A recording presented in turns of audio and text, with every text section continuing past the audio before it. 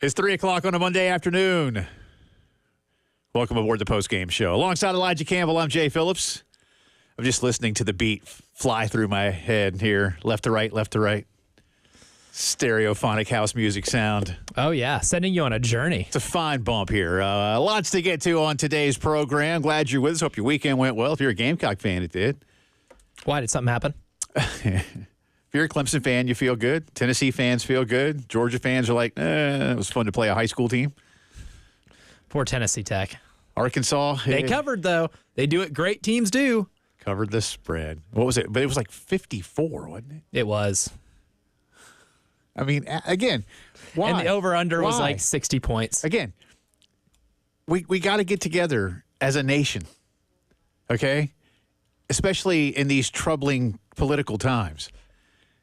And we've got to demand the end of games where one team is a 7-touchdown or more underdog. This is not good for America.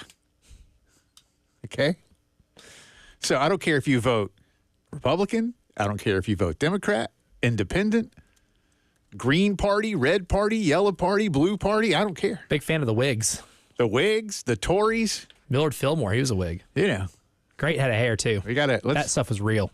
But anyway, feel bad for Arkansas. One of my closest friends is an Auburn fan. He's not good today. Wasn't good yesterday. Oh man, he was very. Who could have saw that one coming? Yeah, he was very not good I'm not Saturday. Surprised. I don't know if it's waned yet or not.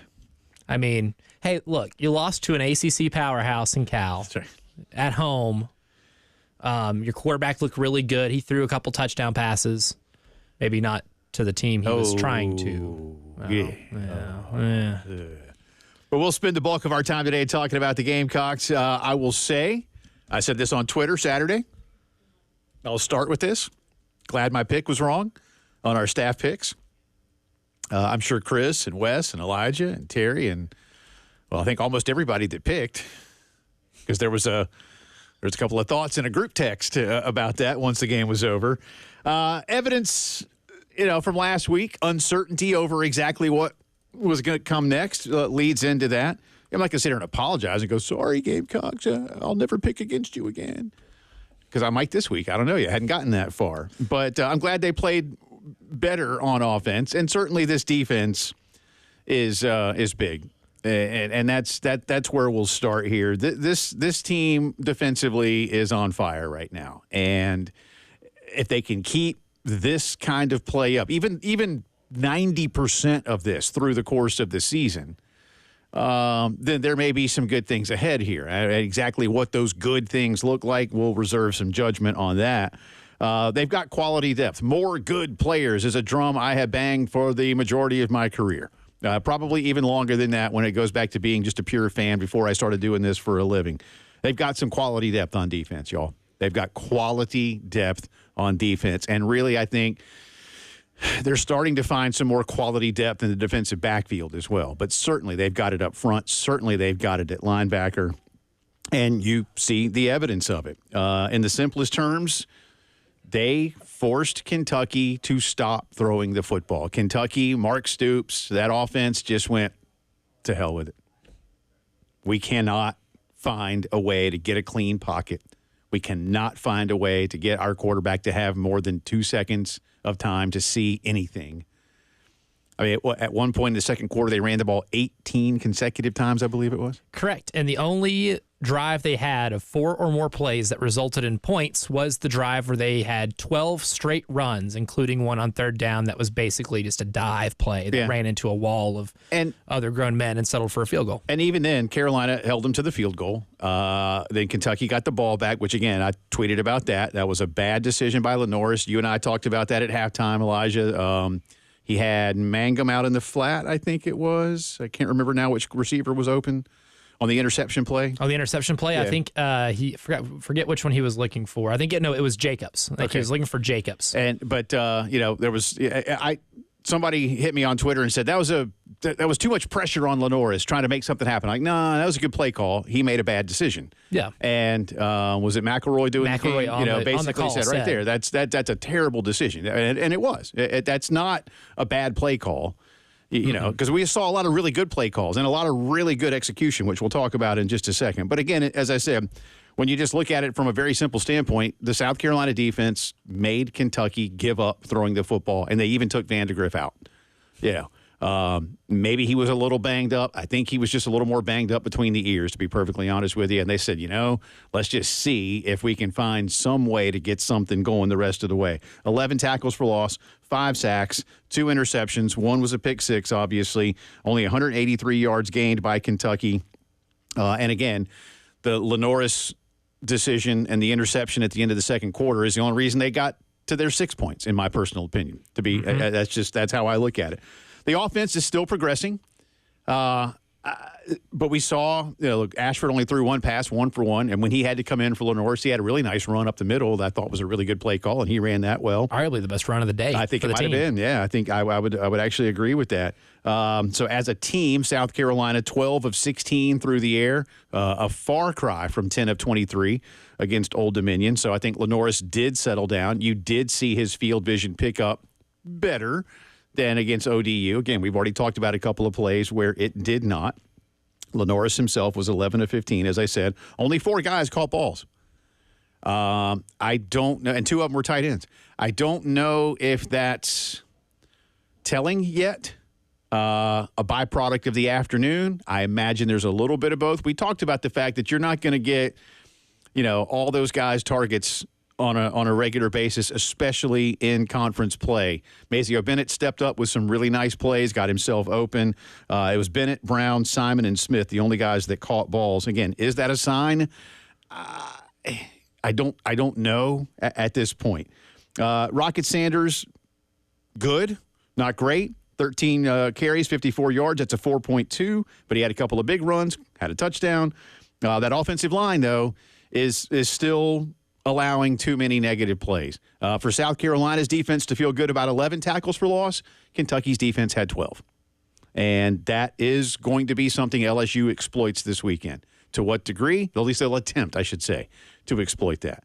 And we'll talk more about LSU. They're down a starter on the defensive front. We'll get into that. Special teams-wise, Kai Kroger, at least through 2 games, feels like he's getting back to what he was a couple of seasons ago, averaging nearly 52 yards per punt. Herrera made another field goal. That's 4 of 5 on the season. I thought kickoff coverage was outstanding. I think they really did a nice job. Brown is a really good returner, and on multiple occasions, Carolina, who kicked off a lot, which is a nice sign, Carolina had Kentucky inside the 20 on multiple opportunities, and they only had a couple of touchbacks.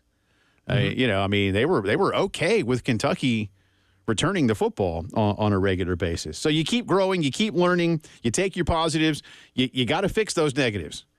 Listen, again, LSU this weekend, soon enough, Mississippi and Oklahoma and Alabama and A&M, big defensive fronts, and they'll find a way to come after you, on that offensive line if you don't find a way to get that better. But it's a huge win for the program.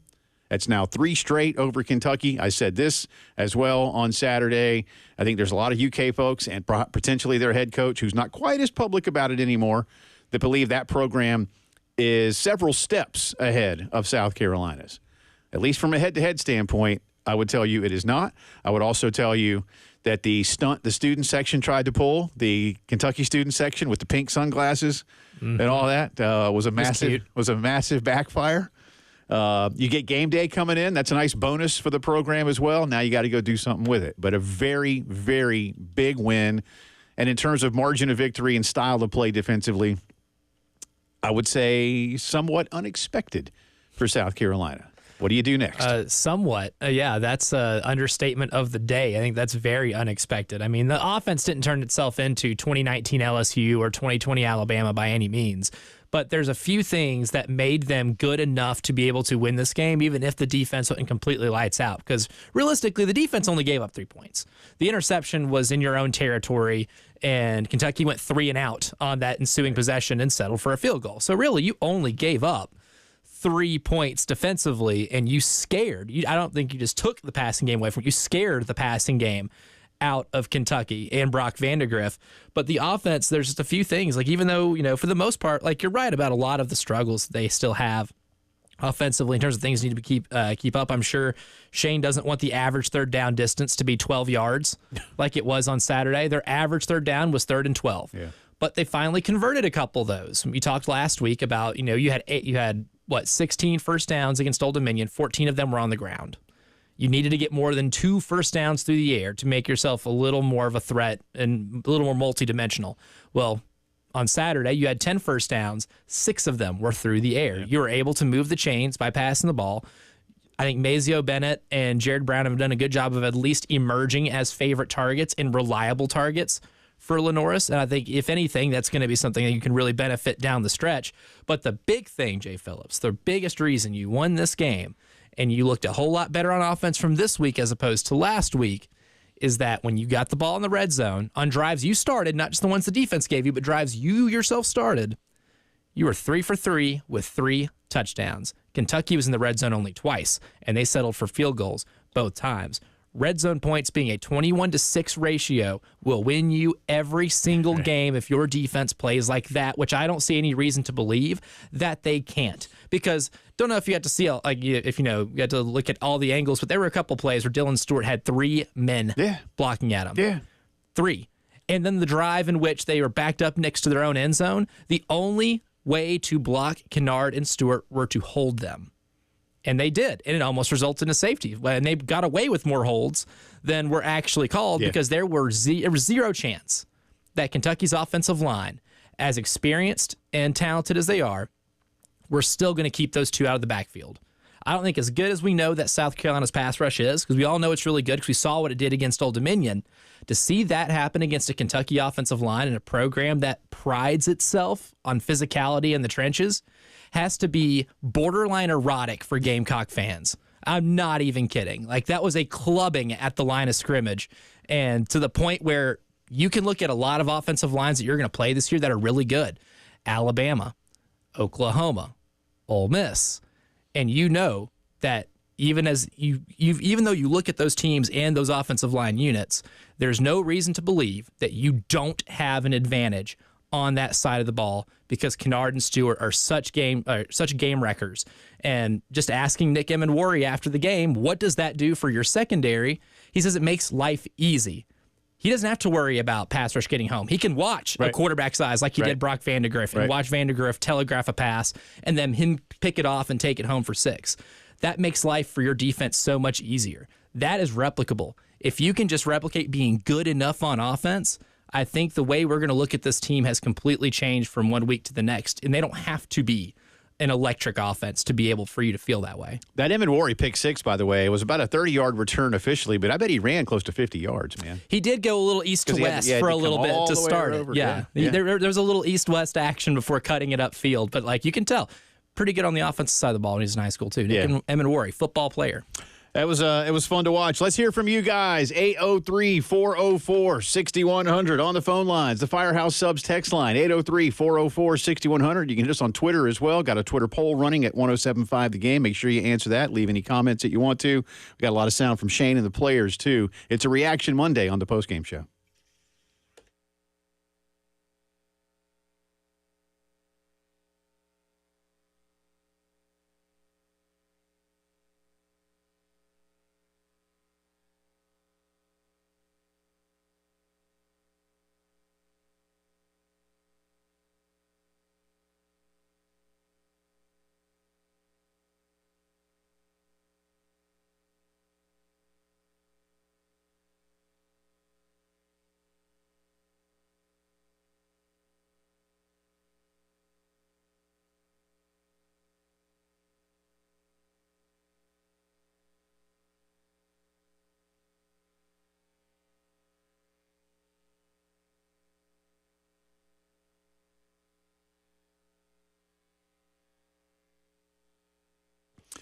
We still got a little bit of summer heat left, but for the most part, the good news is the weather is about to turn nice and crisp for the fall, but you're still going to be outside watching football better than ever. You say, well, Jay, what do I got to do? Like bring my TV outside on some kind of little like cart? No, my friends. You call Integrated Media at 803-948-8327, and you let them install an amazing outdoor home theater system. All right? Equipment that is built to be outside all the time. Don't have to worry about covering it up or bringing it back in. Or what if it's too hot? What if it's too wet? None of that. The Samsung Terrace TVs, they're amazing. They look better than anything does inside, to be perfectly honest with you. Sound from Sonos wireless speakers, built to be outside, 803-948-8327, around the pool, around the patio, on the back porch, whatever you want. One room, whole house, outdoors. Just watch football better and do it with my good friends at Integrated Media.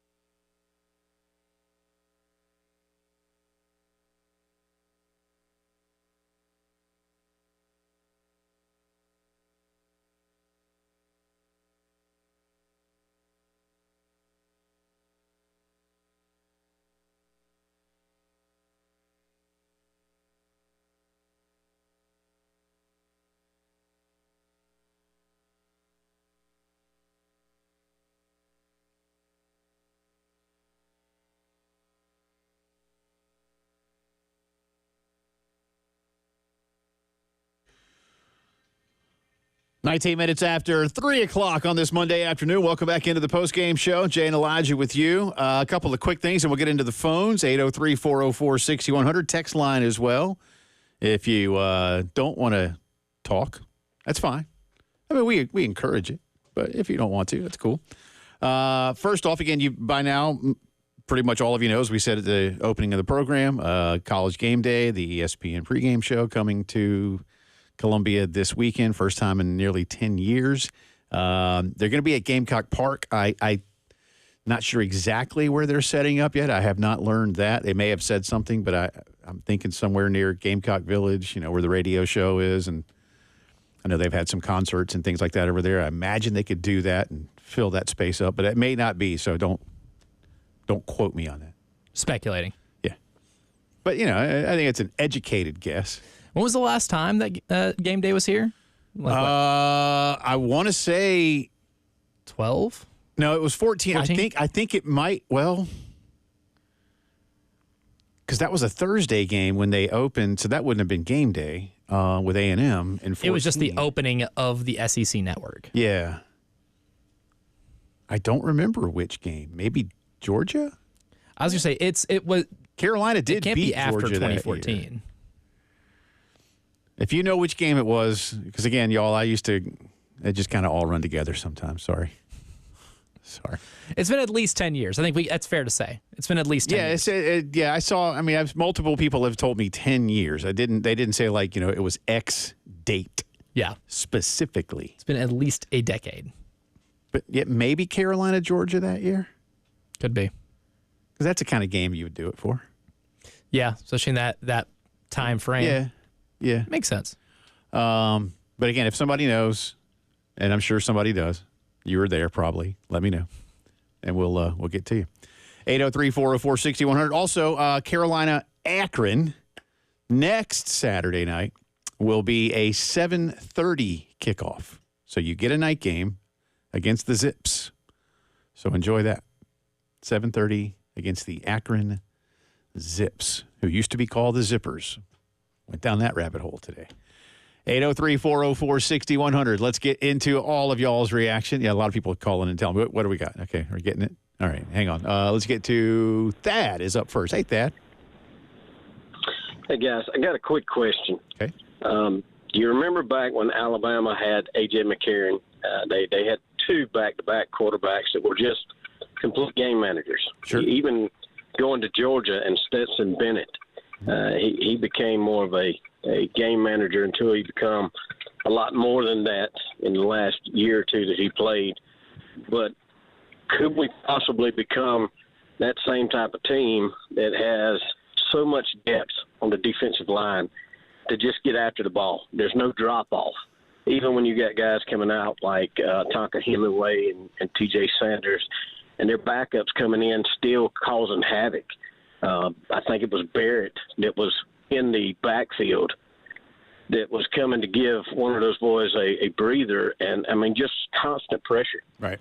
And you've got so much depth at linebacker, guys coming on at cornerback. I'm not saying we're going to win a national championship by any means, but do I think we could possibly go 8 or 9 wins? I think it's plausible. Well, if you can find a way this weekend, and thanks, Thad. You threw some things at me. I'll try to answer them as best I can, especially your biggest question about game manager quarterback. Look, I think we said it throughout the summer. If you could find a way, and take this however y'all want to. This is not a defeatist attitude I'm giving you. This is more of a realistic sense of what we thought of this program. And you still have to look. You played 2 games out of 12. You still have to. For any team out there, not just South Carolina, you still have to throw in some of what you thought they would be and the obstacles they still have to overcome, et cetera, et cetera. But we said if you could be 3-1 at the end of September, then you could set yourself up to be, is it asking too much to try to go 4-4 or 5-3 the rest of the way? And again, I personally do not believe it's asking too much. Mm-mm. Believing that and seeing it happen are two different things, and others may have different opinions on exactly what could happen. But that's, I think this team could. And I will be one, regardless, that will hold a certain standard. And I think this school needs to get to a point where it believes winning a minimum of 8 games a year is not something that's far-fetched. And I swear sometimes, I know I don't want to go too far down this conversation, but I get pushback from people here, not other places, here, where you would think there'd be a little bit higher level of optimism sometimes, or a sense of what was done 10, 12 years ago under Coach Spurrier could in some ways not be replicated annually, There aren't a lot of programs that win 11 games 3 straight years. And the ones that do rhyme with words like Ohio State and Georgia. So there's that. Oh, I know words that rhyme with that are football teams. Pick me. So, but anyway, so there's that part of it. And I don't want to get too far ahead of ourselves. You're a touchdown underdog at home this weekend. So, start with that one. In terms of Lenoris as game manager or looking at game manager quarterbacks, again, this is I'm not pushing back on you, Thad, but this is a rub for me in the sport of football. Every good quarterback, okay?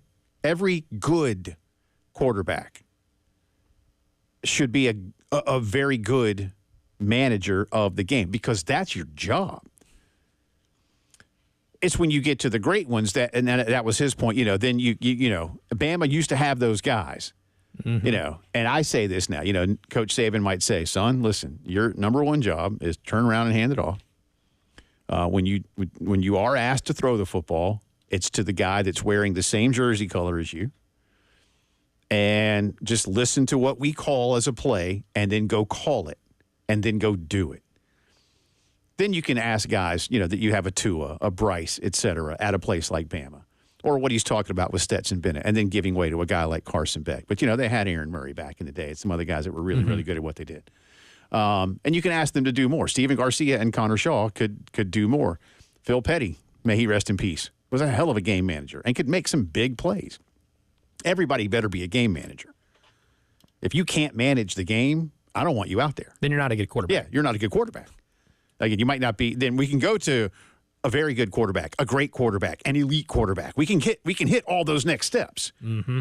But there better be one thing in common up and down that ladder, and that you better be able to manage the game and what's being asked of you and those around you. So Lenoris can grow into something better than that, I believe. What level? I don't know, and I'm not here for that conversation just yet. You and I had our eyes pop. Who helped me out? The on-3 guy nationally. Hey, dark horse Heisman are like that's a lot.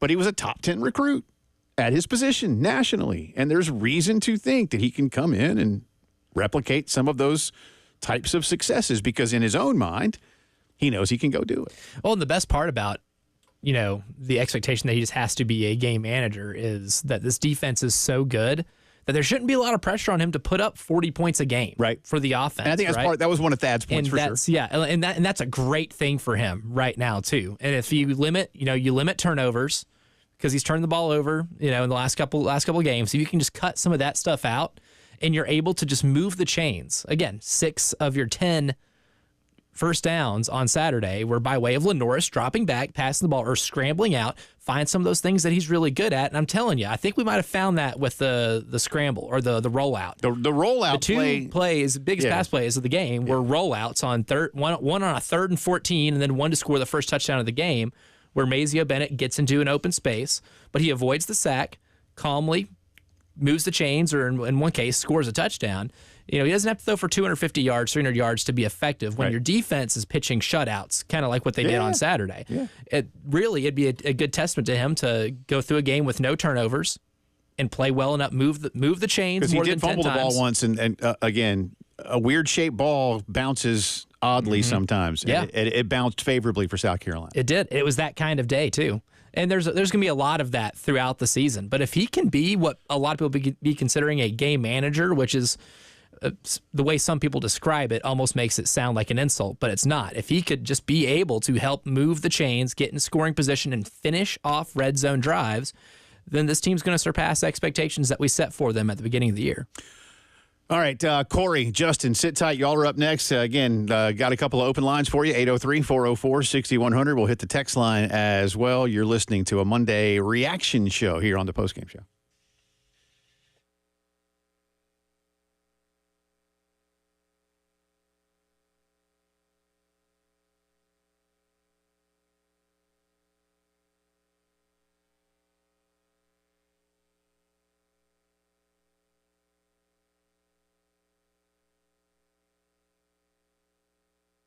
Homeowners, you love where you live, been there a while, got some equity built up, but also don't necessarily like the way the kitchen looks, or the kids have gotten older and they fight over bathroom time, or whatever it might be, or you need a little space out back to just relax and chill. Everybody does. Might be a great time for you to call Palmetto Citizens and take advantage of some really good rates with their home equity line of credit. Really a great option for a lot of folks. They're local. They're not for profit. They can return earnings as lower rates and fewer fees, especially when it comes to things like this. Home equity loans offer a great low rate. You pay lower closing costs and application fees than the big banks. And when you unlock your home's equity, you can access that line of credit over a 10-year draw. Make it a whole lot easier for you and the family. Apply today. Learn more.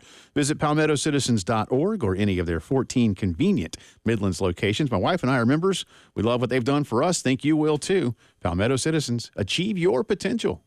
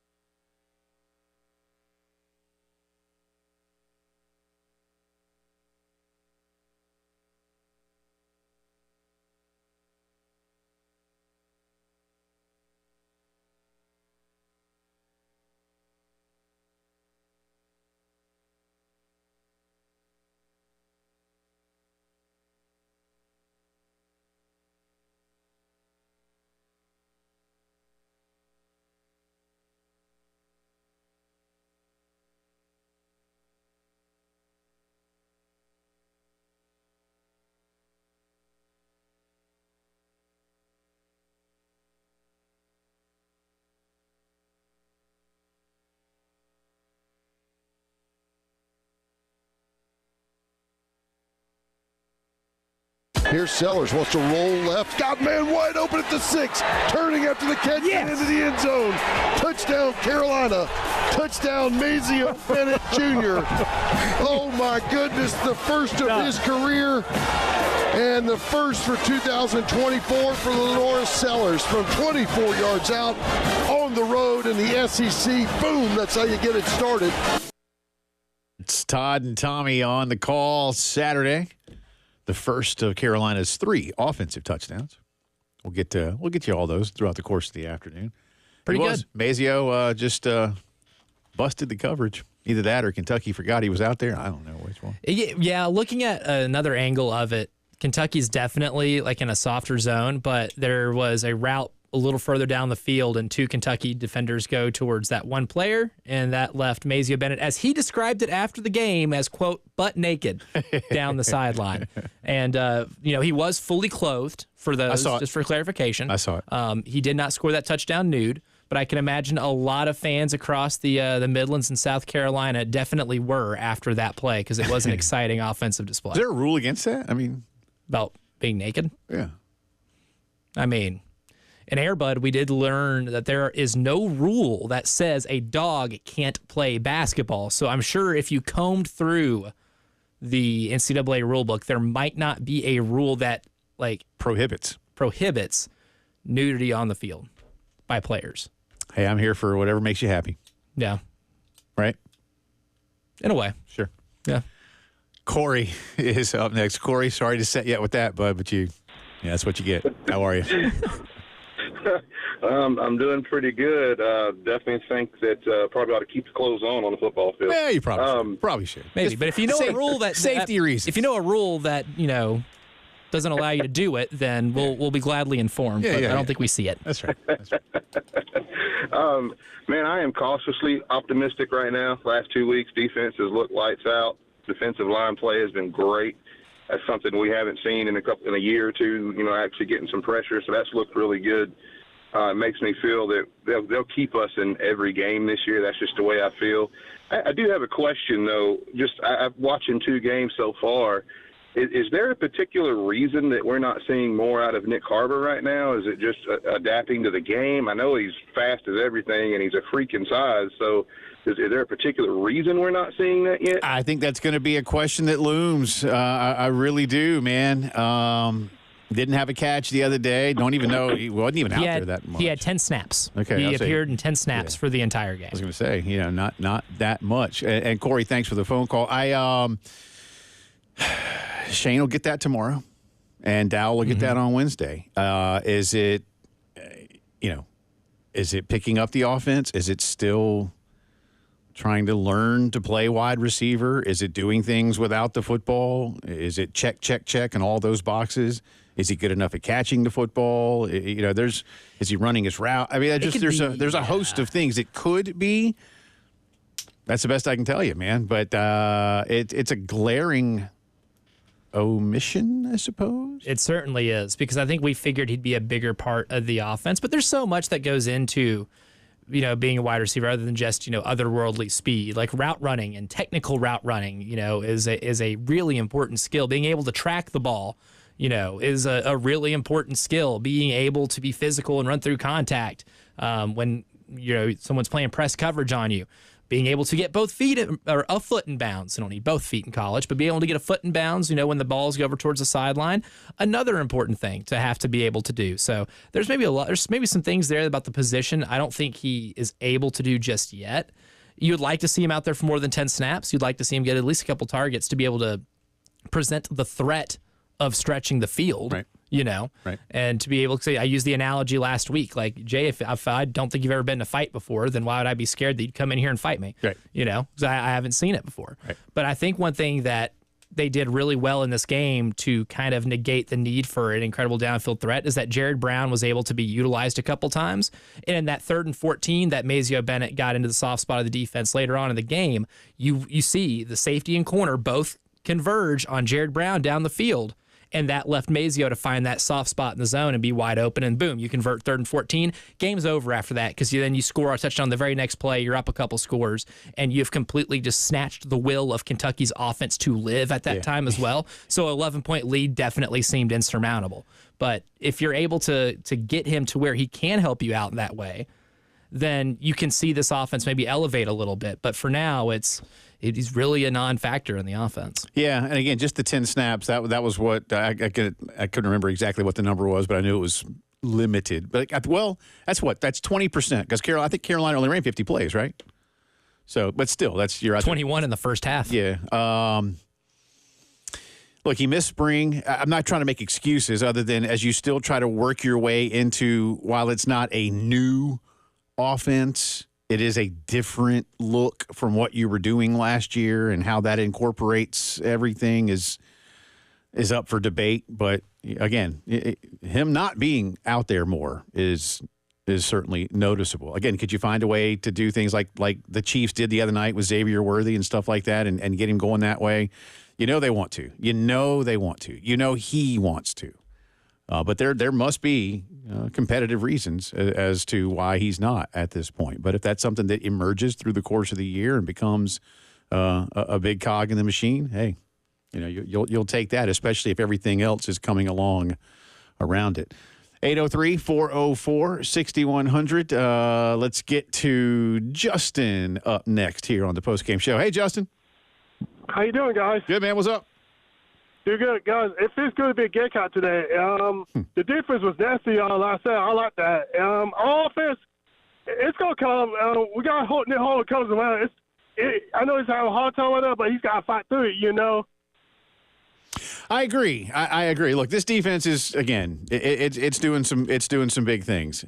And to go from 10 of 23 offensively through the air to 12 of 16 the next week, that's a very positive sign. As we've talked about, a couple of big third down plays, a couple of nice thread the needle moments, also a couple of hiccups along the way. Again, the interception at the end of the first half. Listen, I don't want to overplay this because South Carolina won the game. But I mentioned this on Twitter at halftime Saturday afternoon.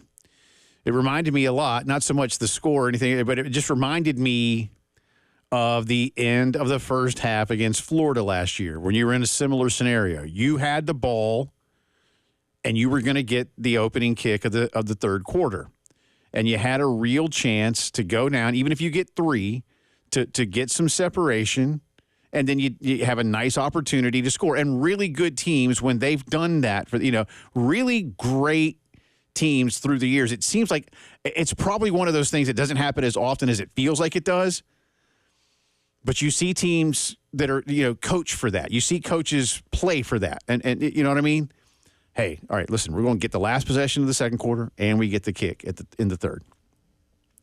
Last year against Florida, they ended up going, I think, 3 and out real quick, if I remember correctly. I believe it was. And Florida got the ball with just a little bit of time left in the end of the second quarter and scored their field goal. So instead of you going up 3 more, Florida cut it by 3. And, the same thing technically, you could have been up maybe even at worst, you're 10-3. And the difference in 10-3 and 10-6 or 13-3, it could be huge. I'm not saying they needed to go down and score a touchdown. Nor am I even suggesting that it was mandatory to try to go get 3 points. But you can't give the ball back. It's a 2-for-1. Yeah, it's kind of like, basketball, if you have, 30 seconds on the shot clock, you can get, 2 more, or 30 seconds on the play clock or game clock or shot clock. Wow. Game clock and shot clock.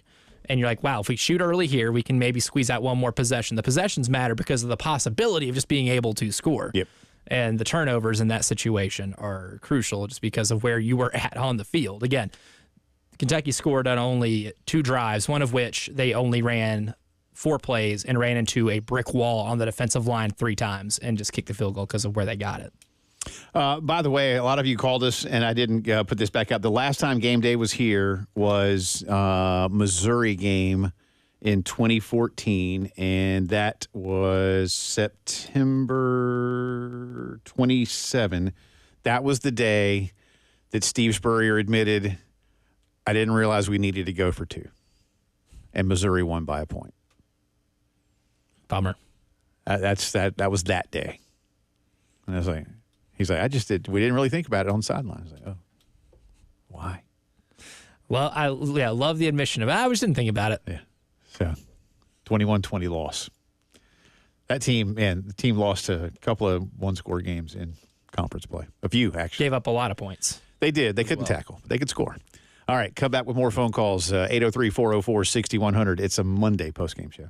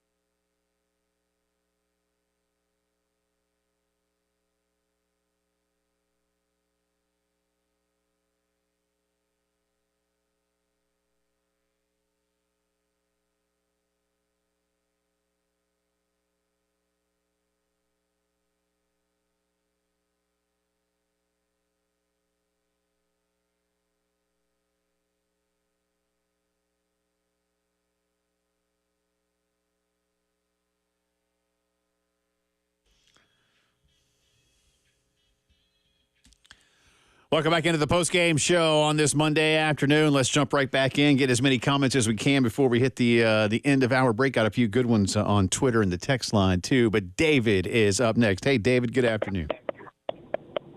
Hey, guys. Yeah, I officiate a different sport for the NCAA, but when I ordered my rule book for the new season, I did order the football book just because I wanted to have the verbiage and the vernacular.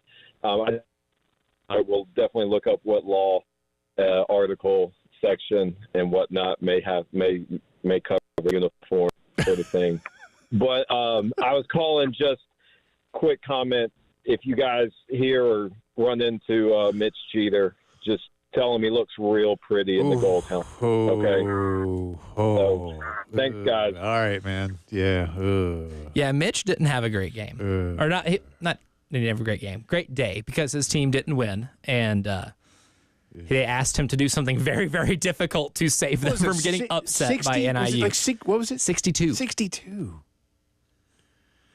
Look, I've said before, my next door neighbor, who is a wonderful human being, is a Notre Dame alum. And we did text after the game. And he's okay. But is he? No. Okay. That's what I figured. What a terrible loss. But, I mean, what was Notre Dame was like a 35-point favorite. 28 and a half. Okay. Was, I think, what it closed at. Okay. Look, and I thought, I tweeted out, Coach Hammock of NIU after it's tremendous. And it is one of the beauties of sport, not just college football. When you have an opportunity like that, and it was funny, he was on Dan Patrick today, and he said he told him before the game, at Notre Dame Stadium, like, guys, you don't have to worry. Rocket Ismail's not running out of that tunnel. And he said none of them knew who that was. I was going to say, that was going to be my follow-up. How many of those players knew Rocket Ismail? But he said at that point, too, he's like, and I'm paraphrasing now, but he said, like, well, at that point, I kind of knew, like, it's cool. Like, they're not thinking about anything. Like, we're here to try to win a football game. Business trip. Yeah, and we know what kind of opportunity it is. But that, Notre Dame, man, you gotta show up. Especially and they did this last year. They've done this a few times under Coach Freeman. You can't do that. You gotta make the layups. Yeah, you gotta go play. I mean, look, again, what NIU did is awesome. But like we just said, okay, you're a 4. I thought it was 5, but whatever. Regardless, you're a 4 touchdown favorite, Notre Dame. If you win by a point, you win the game. Yep. Just win the game. First and foremost, that's what we said last week about ODU here. Hey, you just every game, you better win the game. Just win the game. If you win every game you play, I'm going to give you a fact. Oh, I love facts.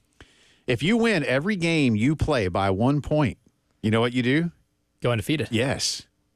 Because you won the game. That makes it sound really easy. So, I mean, a lot of times we are all guilty as sports fans. Oh, well, we should have, that's why I caution people as a lifer around here. Try not to qualify wins very often. There are times when you can, but you really shouldn't too much. Yeah, Mitch, listen, I mean, Mitch, to be fair, Mitch gets a chance to go play for Notre Dame. I get it. Yeah. Hard to turn that down. I get it. Now, you might say, well, Jay, he should have just stayed here and then had a chance to go play in the NFL from here. And I would not disagree with you. So there's that. Ryan hits us on the Firehouse Subs text line, says, I love a reaction Monday. People think we're going to 8+ wins all of a sudden. That would be great, he says. I still have trouble counting to 4. 2 of 3 phases are looking strong, but what do they look like against better talent? The offense, he writes. Oh, the offense. You want to get to 8+ wins, the offense will need to win you a couple, or at least be on the field long enough to give our defense a break. Please, in all caps, he says, let us get there, but I haven't seen it yet. And he says, poll question that he'd like us to do. I'll throw this out. Add 2+ wins to expectation. Does the Kentucky win, Kentucky win, A, add 2+ wins to expectation, B, add 1 win to expectation, C, no change, D, subtract a win from expectation? We'll throw that out for you, Ryan. That's a good thought exercise. Good prompt. Yeah, I like that. That's a good thought exercise. He's not wrong. Again, the offense did get better on Saturday. Made the layups. But that offensive line, the offense also had plays go against it 12 times for tackles for loss. Yeah, and they snapped the ball and they snapped the ball 50 times. Not great. Still not great. No. So you gotta, and like I say, this weekend, what that looks like from an LSU perspective. LSU is, by the way, down a player, and that's unfortunate. But starting defensive tackle Jacoby and Guillory is done for the season for LSU. He ruptured an Achilles, and he will have surgery, and he is out for the year. Now, they still got a lot of dudes up front, and they need to get better schematically. They're a work in progress on the defensive side of the ball. But couldn't have been much worse last year. Again, I say it a bunch, and I'll say it more this week, I'm sure. Like my good friend Deuce Staley said, the other guys watch film too, so they'll know what they're going to try to attack on Saturday. Hour 2 coming up.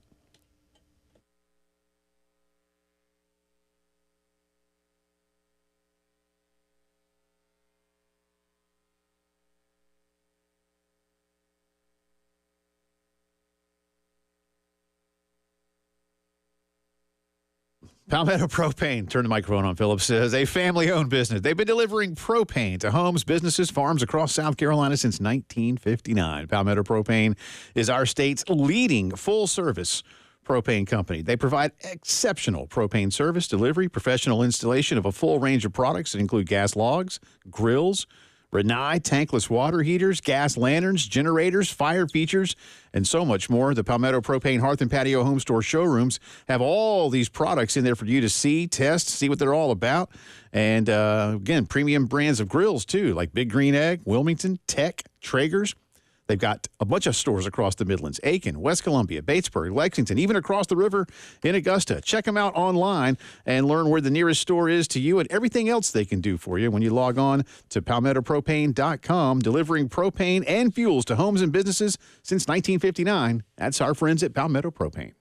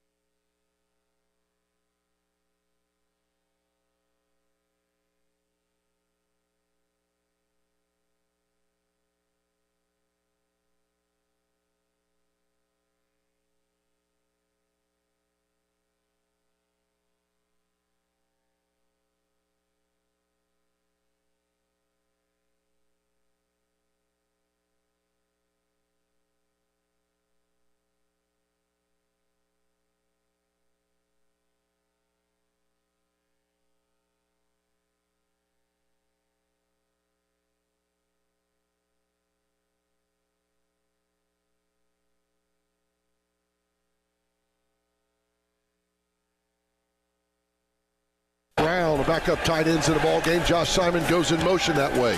Pump fake from Sellers. Down the field to the end zone and gone. That's it. Touchdown, Carolina. That is touchdown, Josh Simon, I believe, who went in motion. It is Simon's first touchdown catch of the year. He had a career-high 7 receptions against Jacksonville State a year ago. It gets a big one here for 16 yards out. The extra point will make it 17-6 Gamecocks. And Alex Herrera did hit it. It was an 11-point lead at that point. That was after each team traded a possession at the start of the third quarter. Welcome back in. Hour 2 of the postgame show coming at you from downtown Columbia's Herndon Chevy Studios. He's Elijah Campbell. I'm pointing at him over there. That's me. Hi. Pointing's rude.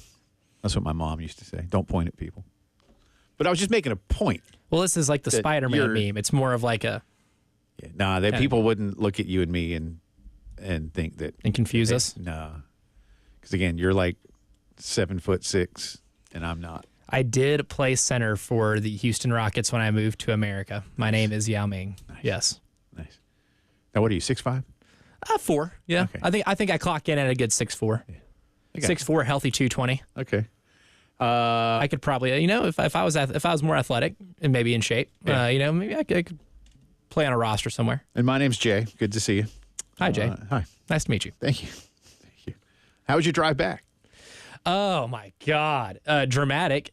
So for those who haven't watched the news, there was a little bit of a shooting on I-75 South. So I didn't drive back to South Carolina that night. My dad, living in Jamestown, Tennessee, is only like 2 hours and 50 minutes away from Lexington, Kentucky. Didn't feel like making the 6-hour drive back, so I went to go, stay with my dad. And it's good to see your old man. It is, yeah. I don't get to do that as often living here. Yeah. So Did he cook you a steak or anything? He had plenty of snacks available for me. He was half asleep when I pulled up. Well, so I guess you did get there kind of late. I did. I got there shortly before midnight Central Time. Oh, yeah. I guess I'm not cooking you a steak either. Yeah, absolutely not. I may love all my children very much, but I'm not cooking them a steak. Yeah, he was half asleep on the recliner when I walked in. I felt bad. I did wake him up. But, on the drive there, I'm on 75 South, and I get a call from a buddy of mine saying, hey, knew you were at the Kentucky game. You weren't driving back to Tennessee, were you? And I said, well, I am, actually. He goes, are you on 75 South? I'm like, yes, I am, actually. He goes, oh, well, I just saw a tweet from the governor of Kentucky that there was a shooting near London, Kentucky. And I looked on my maps, and sure enough, I would be driving straight through London, Kentucky, that very same stretch of road. So we took a little detour, and I drove through the backwoods of Kentucky into Tennessee for like the last 2 hours of that drive. And it was nerve-wracking at night. A little scary. But we made it. I survived. I heard the banjos. It was a very, very Deliverance type beat for some of that drive. But, we made it. I'm here right now in one piece. But I may or may not have been white-knuckling like the last 90 minutes of that thing. Very curvy roads with no guardrails. Line 1. Yeah, exactly. Yeah, well, they're not getting an answer from me, buddy. Now, you're driving in the hills at that point? I mean, very much so. Yeah, and there's a lot of like curvy road with no like guardrails, and it's very narrow. Like I'm one Toyota Tacoma coming the opposite direction away from me, taking a tailspin or flying off a cliff. It was terrible. It was kind of scary. You didn't see any bars? I didn't see any bars, no. That's good. If I was one bar on the road away from having to swerve and maybe drive off the road, which would not have been really cool. In all seriousness, I don't know if they've caught that guy yet. They have not, at least as of now. Still on the loose. And when my friend Joe, shout out Joe Holloway, gave me a call, I was like, oh, dude, yeah, like they're still on the loose. Like, be careful. I imagine... Well, I don't know how there was a lot of Gamecock fans up there. There always are. That's always a nice road trip for a lot of people. But I don't know how many were coming home or maybe like to go back down and maybe stay, Knoxville, Pigeon Forge, Gatlinburg kind of a thing too. Get to stay in the hills, which would be a really good idea. I actually did. I was behind somebody who had like a Gamecock Club sticker driving back from Tennessee, and I was like, nice. Yeah. Well, I'm glad you made it back okay. That's good. I did. I survived. It was a great trip. All in all, a great trip. Well, wins help, at least for the team you're covering. Exactly. Wins help, and the team was in a good mood afterwards. Fun post-game work. Now, I could see that a lot of people had left, the fans wearing blue. Oh, the students were gone by the end of the third quarter. Vacant. And I did watch... Were you at Mark Stoops' post-game presser as well? I was not. I was just at Shane and the players. Okay. I did watch Stoops, who primarily blamed himself. Yeah, I blame myself too if I got scared out of passing. But there's, I guess what I was going to ask you, and you may not have had a chance to kind of take the temperature of the folks up there, but there seems to be some belief that his heavy flirtation with the A&M job has cost him a lot of goodwill. Winning cures all, but when you lose, it's one thing. When you get your butt kicked, it's another, and they got their butt kicked. Mm-hmm. But did you get a sense of, listen, if you're doing like hashtag fire Stoops, that's probably a little too much. But just maybe of well, all right, who else wants it or something like that? Yeah. Oh, definitely. No, I got to meet up with a close friend of mine who I worked with at a previous stop. And this person works within, the university, and I was having a conversation before the game in the press box, and that was the 1,000% the whole spiel was like, look, it's not pretty in terms of how some people feel about Mark Stoops that are supporters of the team, and that I'm not saying the leash is shorter, but the flirtation with Texas A&M definitely had a negative impact with his relationship with the state of Kentucky and what they would call Big Blue Nation. I know Andy Staples, and look, Andy was right last week, was catching some flack from a few Kentucky fans on his YouTube show and I guess on Twitter, calling Kentucky the best job in the country because there's such a low expectation level and you make a lot of money. Mm-hmm. And you do have to remind yourself, Mark Stoops is, in fact, I think by a few seasons now, the most tenured coach in the Southeastern Conference. You'd be correct. The elder statesman of the SEC. But when you make $9 million a year, there is still an expectation that you don't go out there and lay an egg. Well, I was going to say crap the bed. Okay, yeah. Same thing. Yeah. I'd say worse, but I can't. So I was going to say the egg is a little more lovely than feces. I'll leave it at crap the bed. But, and they've got Georgia this weekend. Yeah, good thing it gets easier for them. So all of a sudden here, they're staring down the barrel of something that they didn't want to, they didn't expect to, and something that South Carolina fans were kind of worried about, to be honest with you. And I have no idea what happens with Carolina LSU this weekend. I mean, the Gamecocks are underdogs for a reason.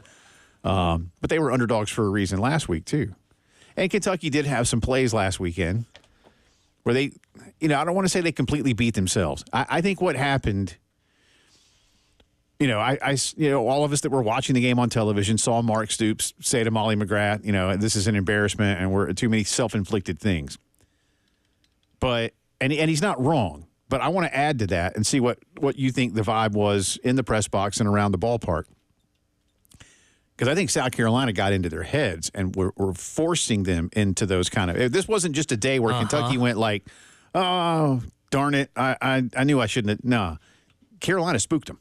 And they spooked him early. And I think the pass rush is what spooked him. Have you ever in your career covering college football, Jay Phillips, watch a team completely just say, bleep it, we're just going to run the ball the entire time because we can't throw it. Not because the quarterback's bad or the receivers are dropping passes. It's because that if Brock Vandagriff drops back to pass, he will be physically consumed by one of Kyle Kennard, Dylan Stewart, or TJ Sanders or Tonka Hemingway up the middle. I mean, there's pressure coming from everywhere, and it scared them to the point where they were not even going to try to throw the ball because they simply could not. And that the play calling spoke louder than anything Mark Stoops could have absolutely said.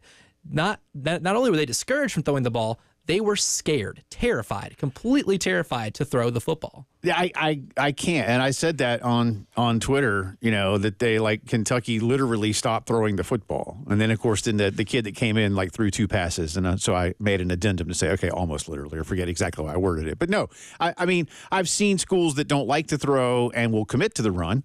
That's different. Yes. But I can't, Elijah. I genuinely can't. I'm sure if I go far enough back in an archive or go back into, literally into a press, a media guide or something, and see, oh, yeah, I remember that game when they couldn't do whatever. But no, I mean, Kentucky just, they gave up. And that, to me, it says a lot about both clubs. Mm-hmm. And I don't know which one it says more about, excuse me, or if it's 50-50. But I was genuinely surprised to just see them say, we just can't. Because it's almost like, well, now we got to throw out all the stops, no pun intended, because now we're down a bunch of points. We got to try to find a way to win this football game. And typically what do teams do at that point? You throw. So they didn't just give up, if you will, on throwing the football. In a large sense, you may be able to argue they gave up on the game. Oh, certainly. I mean, like you're not picking up chunk plays through through the ground. Like they weren't at all. I mean, I'm trying to find, I guess, the specific number, but you weren't getting like those explosive plays on the ground. More oftentimes, you need to be able to try to go through the air to do that. In terms of, I guess, what Stat Broadcast has is like explosive plays. Kentucky, in terms of on the ground, had none. Or they only had 5. Okay, just getting 5. But, like, a lot of those were in garbage time. One's in the fourth quarter, garbage time. Another one, fourth quarter, garbage time. So non-garbage time explosive plays on the ground, they had 2. So if you're not even – so it's different if you're picking up, like, 7 yards a pop on the ground, right? Kentucky wasn't doing that. They were just that scared to throw the ball because of either a strip sack, interception, whatever it may be. They were terrified, flat out scared to do that one element of the game. And there's, again, now your reward to try to get better quicker is to go play Georgia at home this Saturday. I think Georgia opened at minus 21, and it immediately jumped to, I think it's 24.5 right now. Oh, I can imagine people are hammering Georgia. Yeah, I would. So hard on that. I would. 803-404-6100. Line up some more phone calls. Got a couple of you there ready to go. And again, some hits on the Firehouse Subs text line. We'll do more of that. We'll talk more college football. New AP poll is out. Gamecocks not in it, but they did get some votes. We'll touch on that for you, too. And that pro football thing is started. And again, there's an expansion team playing tonight. It's very exciting. The New York Jets. Ooh, wait, I thought it was the New York Mets that were playing tonight. No. You could really use a loss from them. I thought the Niners could help you out a little bit. Use a bunch of losses from the Mets. And the New York Football Giants decided to go throwback yesterday. I wouldn't do that again. What set football back more, the throwback uniforms or the team itself? Yes. I think you're correct. You're listening to the postgame show.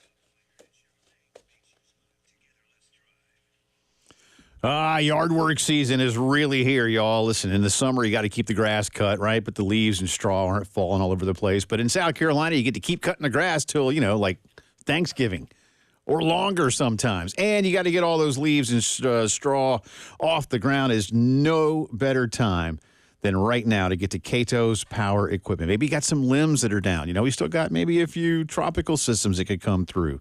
Cato's is here to help with the always popular Steel MS250 chainsaw, $50 off right now. It's perfect for making easy work of storm cleanup and limb clearing. You got other cleanup to do. The Steel BR800X backpack blower, also $50 off. Whatever your clearing needs may be, do what the pros do.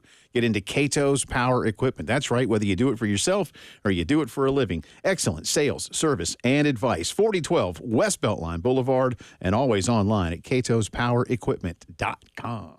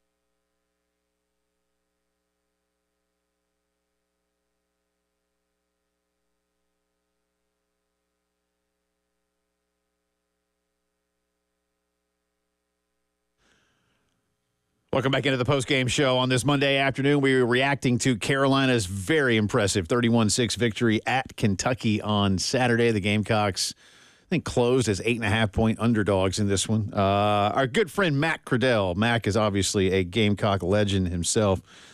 Just texted me, and he says, I believe Kentucky watched the Old Dominion game and didn't believe we were any good.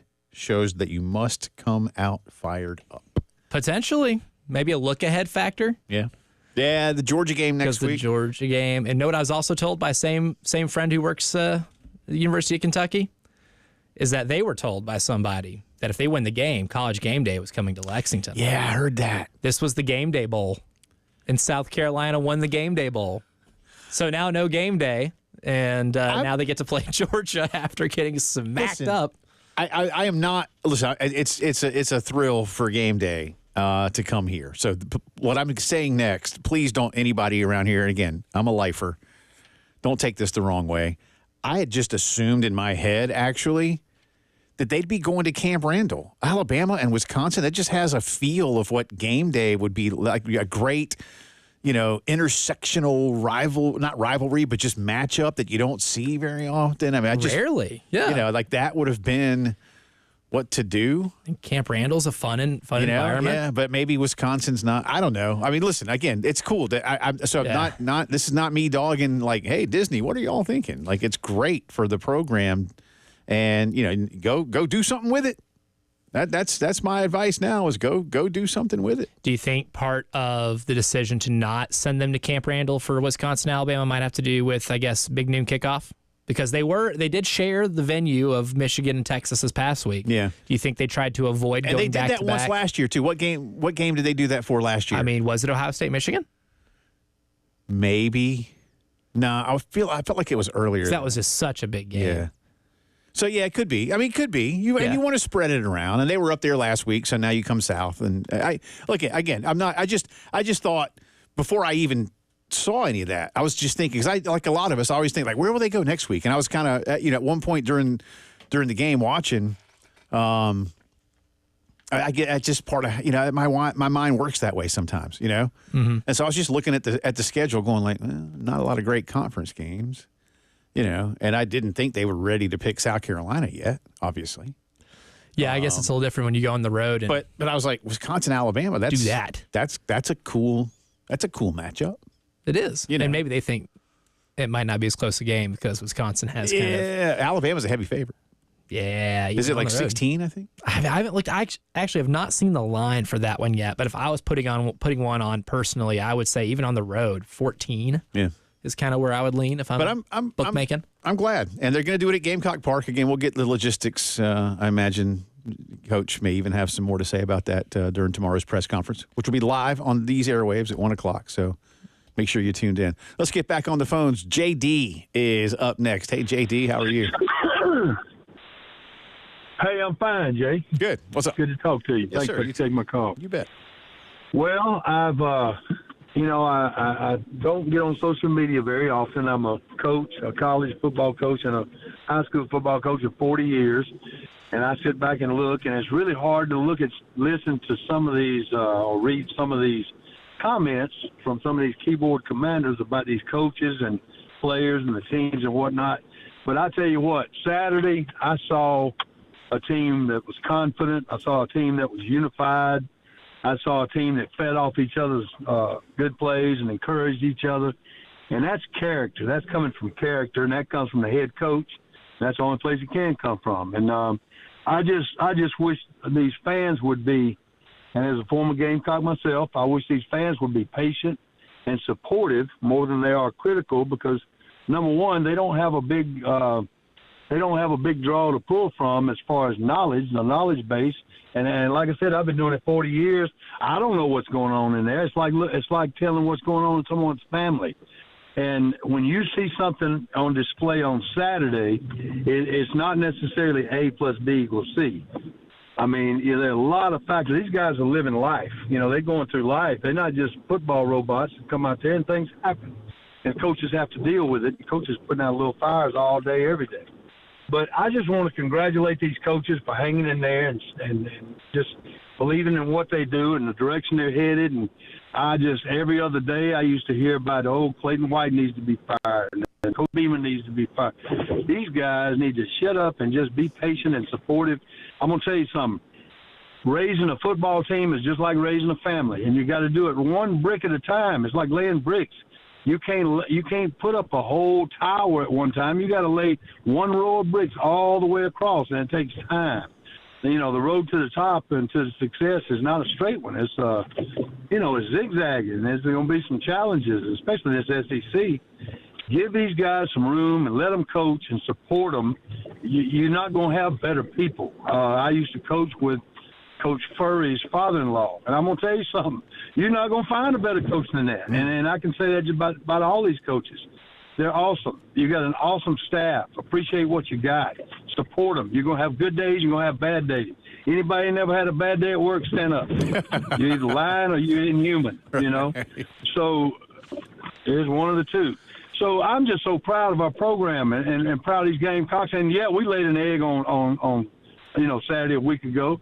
But that's how you learn. If you got a good coaching staff and you got a good attitude on your team, you're either winning or you're learning. You're not losing. You might have got more points scored than you, and although we didn't even lose that game, we won it. I was going to say, laying an egg would be a loss, and they found a way to win, JD. So there's certainly that point of it. Great phone call, sir. Thank you for bringing those things in. Shane did say, Elijah, you were in the room. I was watching it live on YouTube in post game. Shane said, I'm paraphrasing here, I love all you guys, and I know you work hard at what you do, but I told you this is a good football team. And he said a lot of the narratives were, this isn't a good football team. And we knew we had a good football team.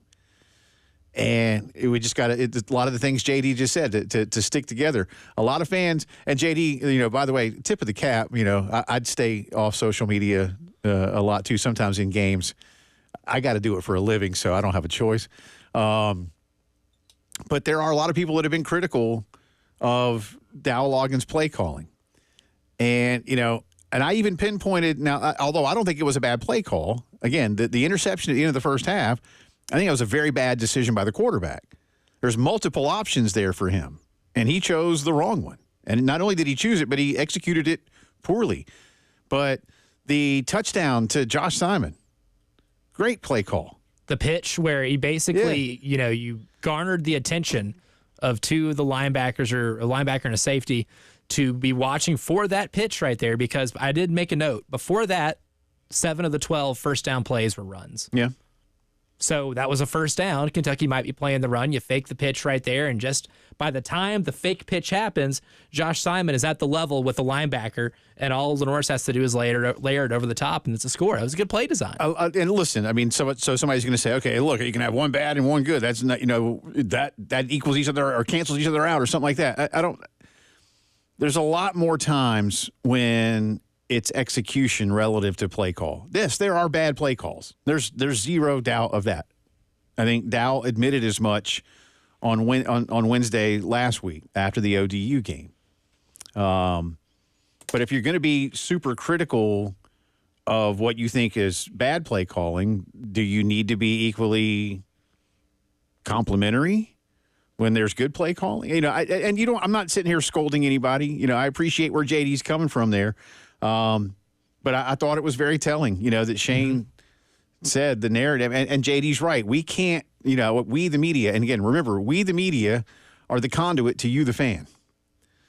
There's only so much that we can all see, and you're not supposed to be able to see. You don't have, this isn't one of those things where, okay, listen, we'll let one reporter a week. A pool reporter. Yeah, come in and watch all practice and sit in on all the film sessions. And then, Saturday morning can put out a whole thing of what they saw. Nobody's doing that. You know what this reminds me of?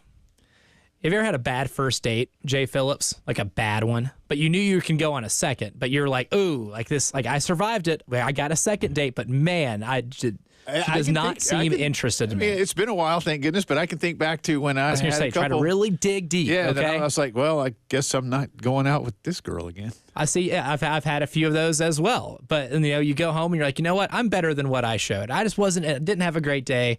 This is the first this person knows of me, and this is not the the version of me I'd like this person to see.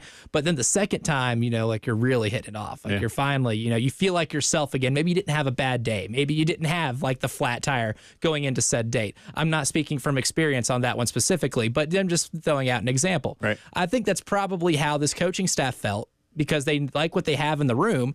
But the first date or the first game, the first way to actually display what you have as a football team went so poorly offensively that it had to have left a bad taste in their mouth. And this second date or football game, if you will, provided that perfect opportunity to not just be able to win an SEC game, but show the rest of the country and even your own fan base that you have a good football team in that locker room. That's a fair point, man. And listen, JD, great phone call. I know Gamecock fans, and again, I've been around this place a long time. Patience can often wear thin, but I go back, while this may be season 4 for Shane Beamer, again, what he inherited was bad. And really had to kind of roll through that a little bit. And then last year was almost like the reset button. And like I said, last year you had 50-something first and second year players. You've gone a little more veteran through the portal. You might have the best freshman in America on your team, which is great. Will help. But there's, I'm not. Are you exceeding expectations? I don't know yet. It's still too early for that. Yeah, I mean, you're not that far away from Kentucky to begin with, but to do what you did Saturday, well, I didn't really see that coming. Plenty more from y'all coming up.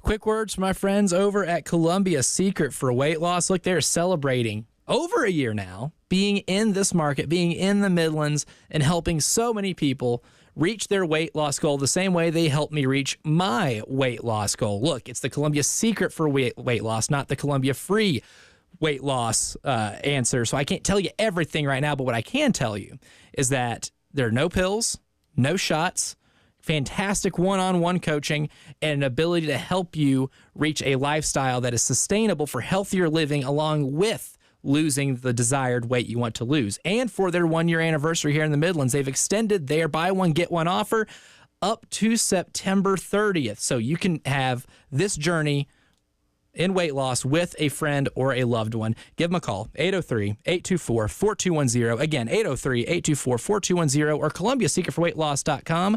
Results may vary.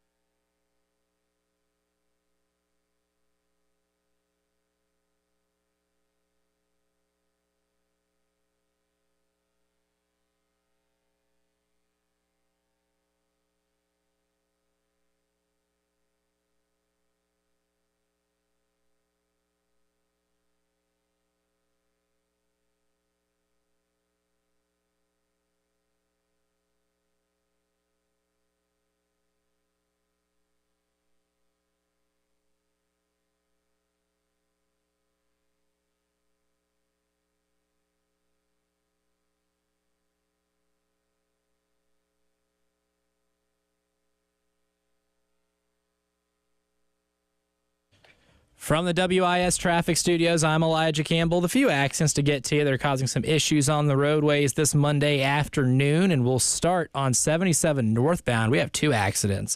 One's over at Forest Drive near exit 12, and the other's at Blythewood Road near exit 27, both causing mild traffic backups. Still have one on Forum Drive at Marketplace Common Circle, another accident on Old Hilton Road near Back Acres Road. And in Lexington County, we only have 1 accident to report. That's over at Andrew Corley Road at North Lake Drive.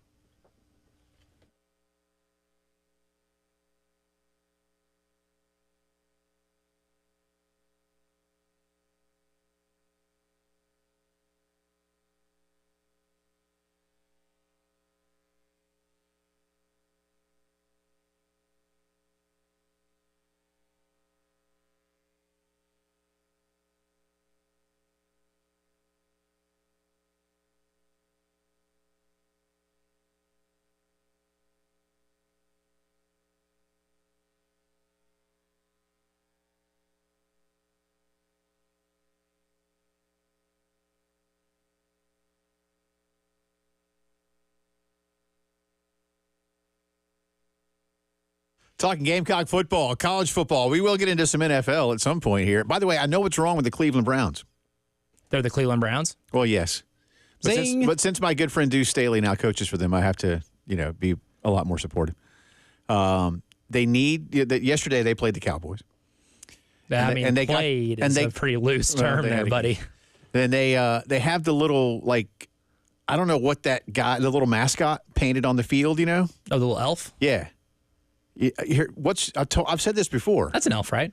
I think it is. That's fair. Yeah, that's what we're going with anyway. We'll go with that. Elf-like. But he needs to be wearing a Pilot Flying J cap.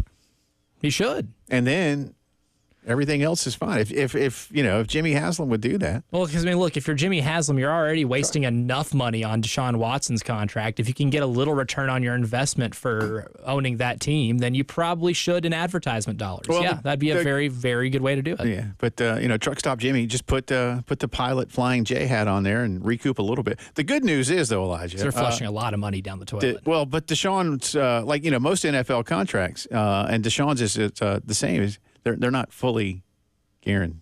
That's right. That's one thing they NFL players like about NBA players because you're right. Yeah, Deshaun Watson's fully guaranteed. Fully guaranteed. Broke the norm for that guy. $230 million. Fully guaranteed. Whew. So even if he sucks, he still gets paid, which is the dream job for any American, and I can't knock it. That's better than Jimbo Fisher, man. That is. What's better, getting $230 million to still have to do the job, but it doesn't matter how bad you are, or getting paid $75 million to just get the hell out of here? Deshaun gets 3 times what Jimbo got. But he has to still do the job, though. That's kind of the thing. Well, he has to show up. It's just not performance-based. I was going to say, showing up and doing the job, 2 different things. Showing up, doing the job, having to play for the Cleveland Browns. Not good yesterday. But again, Mrs. Phillips is happy the Cowboys are 1-0. Which means it's a happy Phillips household. Yeah. Despite the Broncos. Yeah, the Broncos didn't win. No. Again, the Broncos had a halftime lead and then decided that scoring was no longer imperative. Well, their very super young rookie quarterback who is yet to be 21, I'm sure we'll just be able to learn from some of these mistakes. Oh. He's still a rookie, even if he's 30. Now, what is he, 24, almost 25? He's almost 25, yeah. He's only Denver can't run, man. Yeah, it's very unfortunate. And you know who else is not good? The Atlanta Falcons. Sorry, Tyler. Oh, Pittsburgh kicked 6 field goals. Seriously, Pittsburgh plays. Oh, I love that. What? I mean, they obviously play either 8 now with 17, either 8 or 9 home games for real. Mm-hmm. But then they also, of their road games, probably play 4 of them in friendly environments. Yep. Like yesterday. TJ Watt yesterday was like, come on. And you could tell. Because I mean, at a road game. like when they go to Charlotte. When they go to Charlotte, you can't see there's no blue. It's all black and gold, man. And it was that way in the Dome yesterday. Yeah. Oh, I mean, I've been to Steelers-Titans games where it was like 70% Steelers fans. I mean, they take over other stadiums. The only places they don't take over are like Baltimore and Cincinnati. Philly. Probably Philly, but they never play Philly. But they wouldn't take over Philly. Yeah. But you know what? they would really make a good attempt. They would definitely try. You know, it'd be like maybe 60-40, but like Cincinnati and Baltimore, they don't take over.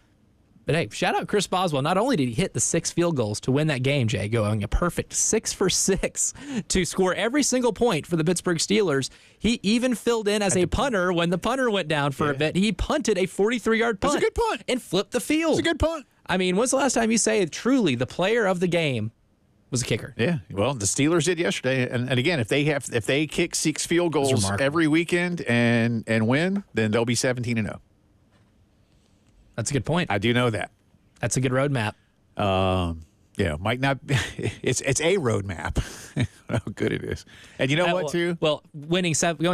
Going 17-0. Yes, that's scoring just one more point. Yeah, sure. Again, just if the line of if logic. You win by 1, you win. I have again proven fact. If you win by 1, you win.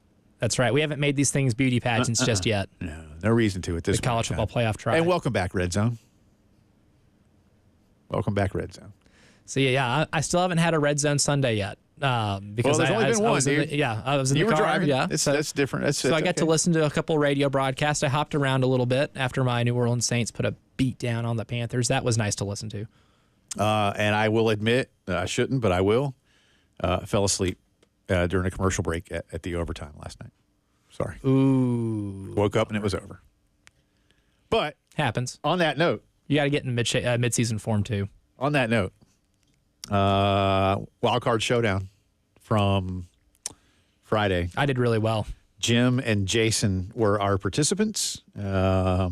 Jason, congratulations, sir.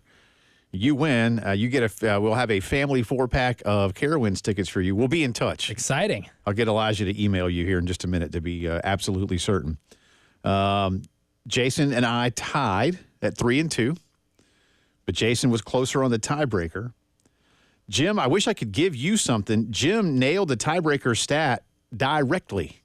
Which I don't think has happened. Not since I've been here. Nah, I don't think it has since I've been doing this, man. Maybe it has, but, I don't know. But our tiebreaker was combined pass yards for Tua and Trevor in the Dolphins-Jags game.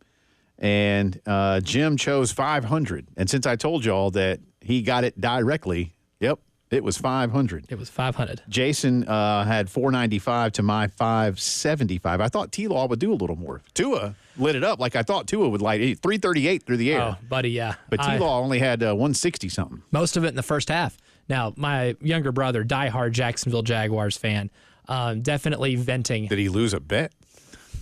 No, big Mark Brunell guy as a kid. Okay, he fair. loved, yeah. This is an older brother? Younger brother. Me and him started watching football around the same time. And Brunell was fun to watch. Loved Brunell, loved Maurice Jones-Drew after that. Maurice Jones-Drew is his favorite player of all time. Well, they did go to an AFC title game. Yeah, they did. That's fair. And so he just kind of picked up on the Jags. Stayed with him, huh? He has stayed with him. He is a very loyal fan. He has seen an absolute ton.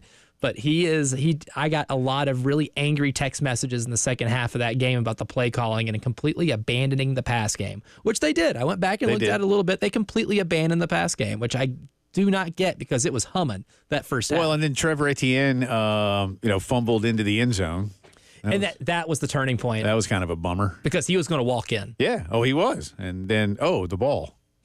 That's the weird thing about touchdowns, Jay Phillips. I can run into the end zone, all day long. But if I don't have the football, they're not going to give me any points for it. Most of the time, they think you need to have the ball. Most of the time, yeah. But, I went 3-2. Jason went 3-2. Jim and Elijah 1-4. So on the season, yours truly 5-5. Elijah Campbell has work to do already as he goes to 2-8. But I'm a second half team. Jason, congratulations. And, again, I'll get Elijah to email you shortly on what you need to do, as if I don't have enough for Elijah to do already around here. I do have his email address. I'll say you have it. I do have it. Yeah. Yes, I do have it. I wrote it down. It's on this memo pad somewhere. All right. I'll tell you what. Hampton, I want to be fair to you. And Hampton's become a star, man. Last 2 weeks on Shane's show. So we'll hear some sage things from Hampton on the other side of the break as the post-game show continues.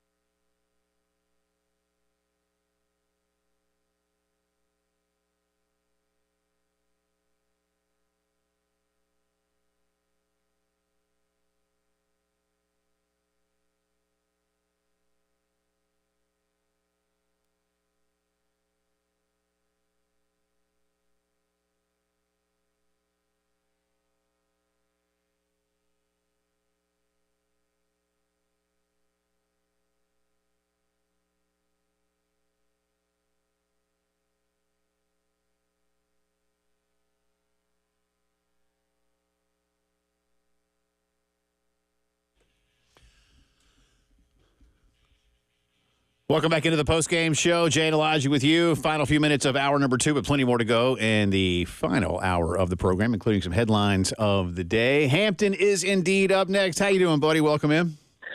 Doing well, guys. Hope you all are doing well. I know you are. Yeah, I'm actually sporting a black and gold Steelers polo right now. Wow! But I don't think 6 field goals are going to get each game are going to get us to 7. Yeah, they got a defense too, buddy. So you never know, man. But I hear you. You're right. They can play some D. Absolutely.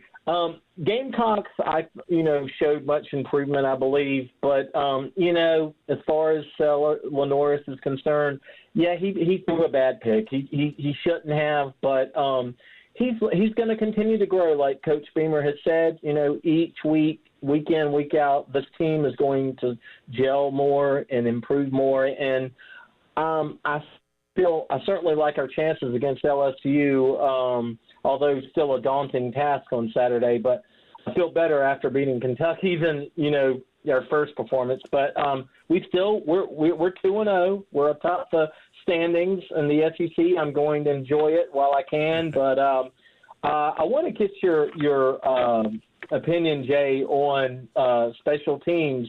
Do you think Alex Herrera is going to continue? Do you think he's going to – it's 47 yards, which is what he had. I think he had a 47-yarder against Old Dominion. Is that his limit, or can he go – can he be like Boswell that kicked like a 59-yard field goal? Yeah, I don't know what he does in practice, Hampton. He missed a 48-yarder against ODU, and the other one, or the one the other day, was kind of a chip shot. And I did, whether it was on purpose or not, I'm not sure. Again, I thought kickoff coverage was great, but he wasn't sending a lot of his kickoffs the other day into the end zone. Now, I know, Elijah, you were there. From one direction, I know they said the winds were really coming in, and that may have had an impact. I don't know. Look, Mitch was good. Alex has been around a while. He might not be that guy. But I don't know. Look, I mean, if push comes to shove and you've got a 53, 54-yarder and it's that type of situation in the game, they're going to let him try it. I think so. Yeah. They'll let it rip. But and the 48-yarder he missed had the leg. He missed it wide. So, I mean, he's got strength. So I think he's the guy going forward. And he's 4 of 5 on the season through 2 games. So he'll be the guy. Hampton, appreciate it. Yeah, they can play defense, can the Steelers. I wonder if our buddy Lou Bezjak was at the game. He's a big Steelers Ooh, he fan. is. I don't know if he went over to Atlanta or not. Ooh, it would have been a fun day trip. I'm sure he's seen him a few times in Charlotte. Certainly, where he and other Steeler fans invade the stadium. Yeah, I think Lou on his Twitter feed still has a picture of is it still Heinz Field? It's something else now. It's not Heinz Field anymore. It's something else, and it's something so stupid I don't care to know what it is. It's still Heinz Field to me. Yeah. Well, I will not refer to this old Three Rivers Stadium, where the Pirates, that big donut? Yeah, the Pirate. Well, everybody had one of those. I was going to say everybody had a big donut. Everybody. Cincinnati, Philadelphia. Atlanta, St. Louis. Yeah.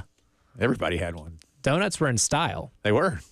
For a little bit. The Mets, Shea Stadium was one of those. Has there been a stadium design aged so poorly than that of like the old donut stadiums that were multiplexes for football and baseball? Cheap and easy, man. Disgusting. Cheap and easy. Disgusting. Disgusting turf. Like you're basically playing both of these sports on concrete. Thank you, Baltimore and Camden Yards for making America go, oh, we can get creative with ballparks again. Oh, stadiums and ballparks can be aesthetically pleasing. Yeah. You can go and enjoy it. I still remember going to my first Braves games and, then going to a Falcons game. I went to George Rogers' first game in Atlanta when he was a Saint, his rookie season. I believe it was his first professional game, at least regular season. And, the infield and everything. And it was just weird. And they had the seats pushed back and stuff. And then going home the next night, and the Braves were home against somebody. And, I was just there? But that's kind of weird. And I don't think I was 10, 11. Oh, especially for a 10, 11-year-old. Probably freaked you out a little bit. It was weird. Unnatural experience. But I remember the football part, you're not supposed to be running on dirt. Which is why, the old Oakland Raiders, situation, their playing situation was the last of a dying breed. I don't think I appreciate it as much because it is hideous, and I think I was too looking forward for it to go away. Yeah. But now, in hindsight, I do wish I watched those games with a little more fondness, knowing that we would never get such a weird chapter of American history back. Well, careful what you wish for. You never know. Of course, the A's are going to move to Vegas, too. Can we share that stadium as well? NYCFC in MLS plays at Yankee Stadium, and it's gross. Ew. It's terrible. But that's kind of cool. So they are doing it still. Cool. It's just with different sports. It's like I love bowl games in like MLB parks. Well, they have like time, when the Gasparilla Bowl. They have time to grow grass and stuff. Yeah, like the Gasparilla Bowl being at the Trop. Awesome. Yeah, I think Beautiful they just spray paint the dirt when NYCFC is playing. I don't know. Hey, y'all, I hate to end an hour on something sad, but we have just gotten word that I just tweeted out, legendary isn't strong enough. Amazing actor James Earl Jones has passed away at the age of 93. Obviously, for a guy like me, he will always be first and foremost the voice of Darth Vader. Yep. But, so many amazing roles on screen, was a Broadway legend as well.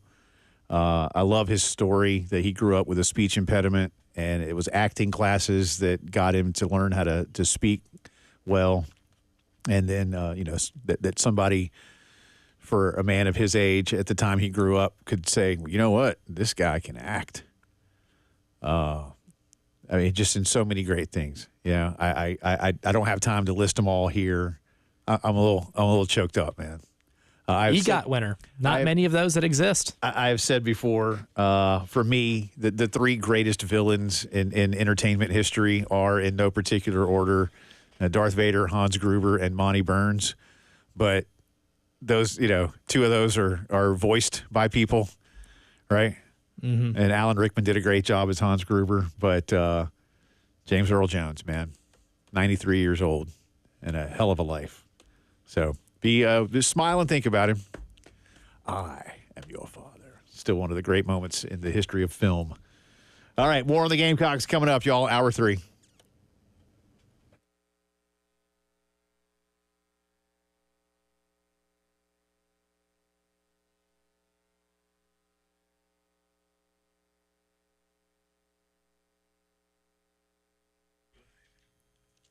Let me tell you about my good friends over at the Joint Chiropractic. Local owners Janet and Bob Keene are Columbia lifers, big Gamecock fans, and big believers in what they're doing at the Joint Chiropractic. Their goal, improve the overall health of their patients with affordable, convenient chiropractic care and help you maintain and prevent reoccurring problems. One of the things that Bob really lives by is very simple. You don't have to feel bad to feel better. If you've been bothered lately by back pain, neck pain, shoulder, or joint pain, get back in the game. You don't need an appointment. It's never necessary, and you don't have to worry about insurance. If you're skeptical, if you have questions, an initial consultation with an exam, a visit, and an adjustment is just $29. And then they can set you up on monthly plans to keep you feeling good all the time. You won't miss lunch. You won't miss work. You can get in and out quick. Harbison Boulevard, Forest Drive, Roberts Branch, right off of Killian, and Sunset Boulevard in Lexington. And learn more right now online at thejoint.com.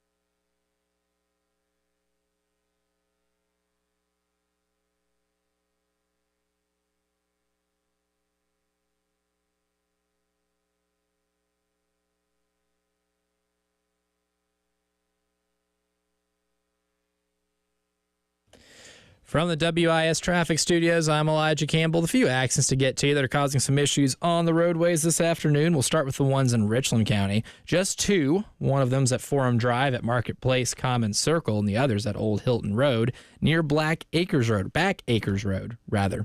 Can't read. In Lexington County, we have three different accidents. One's on Old Barnwell Road near South Carolina 6th and South Lake Drive. The other one on Coldstream Drive near Coldstream Court. And then lastly, an accident on Andrew Corley Road at North Lake Drive, causing some minor backup.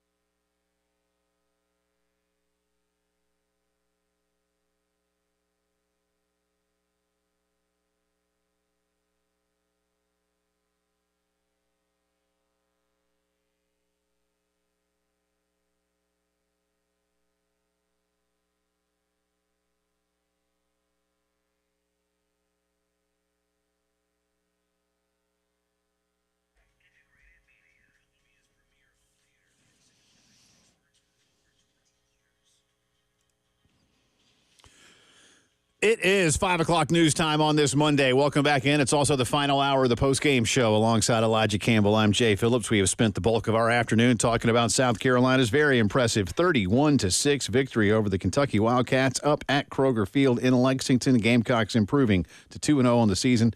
1-0 now in conference play. That's the only conference game we've seen so far in the SEC. Got a couple more this weekend, including the Gamecocks and LSU. By now, most of you have also heard that College Game Day is returning to Columbia for the first time in nearly 10 years. It was late September of 2014 against Missouri, the last time the Game Day show came to Columbia. They'll be doing it this week at Gamecock Park. Details to come throughout the course of the next few days, maybe even have a little bit more from a logistical standpoint tomorrow around Shane Beamer's 1 o'clock press conference, which we'll have live here for you in Columbia.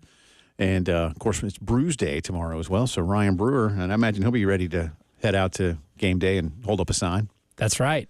They should. We should just have a Brews Day totem out there, like a sign, like, because he has some designs. He's working on the logo. Yeah, for Brews so Day. we settle on a logo. That's right. We print out a big version of it, and we have somebody stand behind the set, and we go ahead and spread, our 107.5 The Game Brews Day agenda. I'm here for it. Nationally. I'm here for it. It's somewhere Elijah, here we go. I just lost my cut sheet, but now I have it. There's like 4 cut sheets over here. Listen, newsflash to somebody, Bill Gunner, don't keep the Thursday and Friday one over here, all right? Let's just give me Monday, man. That's all you need. Just give me Monday. Shane Beamer, we have these in order already, so you're good to go, right? Shane Beamer on what he thought of Saturday's win. Tough environment, but against a really good team. That's a veteran team we just beat, particularly on defense. And to be able to bring a redshirt freshman quarterback in here to start a true freshman left tackle, have a true freshman receiver start in Mazio, Michael Smith, true freshman tight end, to be able to bring so many young players in here and to do what we did on the road, just so freaking proud. And that was a gritty performance by our guys. It was, and it's a longer cut. We'll try to get to it a little bit later, not here in the news segment, but Shane did say, love all you guys in the media, but there were some narratives out there from you guys and fans that we weren't very good because of what you saw last week, and we knew we were better than that. And sometimes you got to work through some of the growing pains. But he said it with a smile on his face, and he wasn't wrong. Yeah, what they displayed wasn't very good on one side of the football. Right. What they displayed wasn't good. Right. I likened it to a bad first date where I thought it was a good analogy. You know you're better than what you were. You know, maybe the next time the jokes might land a little better, the chemistry might flow a little easier, but you need that second chance. That's right. And by winning against Old Dominion, that was that second chance. They came out in the second date and looked handsome. That's right. They did. Props. Got a new shirt. New shirt. Decided, Combed your hair. learned how to iron the shirt a little bit so it wasn't wrinkled. Fix the hair a little bit. Right. Good hair day going on. Sure. Feeling yourself. You had a really good day at work, so you're like, oh yeah, I'm feeling my most confident. And then they rolled in and did what they're supposed to do. That's so right. A handsome performance. That's one way to put it. One of the things that made him look so handsome too was the fact that they basically made Kentucky just give up on trying to throw the football. Here's what Shane said about that. First of all, we're really good up front on defense, and we knew that, I'll put our front seven up against anybody, and so we knew that we were going to be able to, generate some pressure on the quarterback, and starts anytime you play these guys, anytime you play any game, it always starts with stopping the run. But we needed to control the line of scrimmage. We felt good about our ability up front on defense to be able to do that, Jack, and then certainly. Brock is a really good quarterback, Vandergriff, and I've talked about how hard we recruited him at Oklahoma. He's a talented guy, but this was his first SEC start too. And it ain't just Lenore Sellers that's a young quarterback. Brock may have been in college for a long time, but outside of the Georgia defense that he faced in practice every day, he's never played against a defense like ours in a game as the starting quarterback. So we really just wanted to, just give him a lot of different looks and really do a good job of disguising coverages and just staying on the attack. And they make it tough on you because they shift, they motion, they give you a lot of unusual formations. So that's one thing we talked about in our staff meeting this morning with the staff that I told Clayton, don't let the shifts and motions and all that, what they do offensively, take away our aggressiveness. We need to be on the attack from the get-go, and we absolutely were, and made it, really, really, really tough on them to do things. 183 yards of offense, so great job.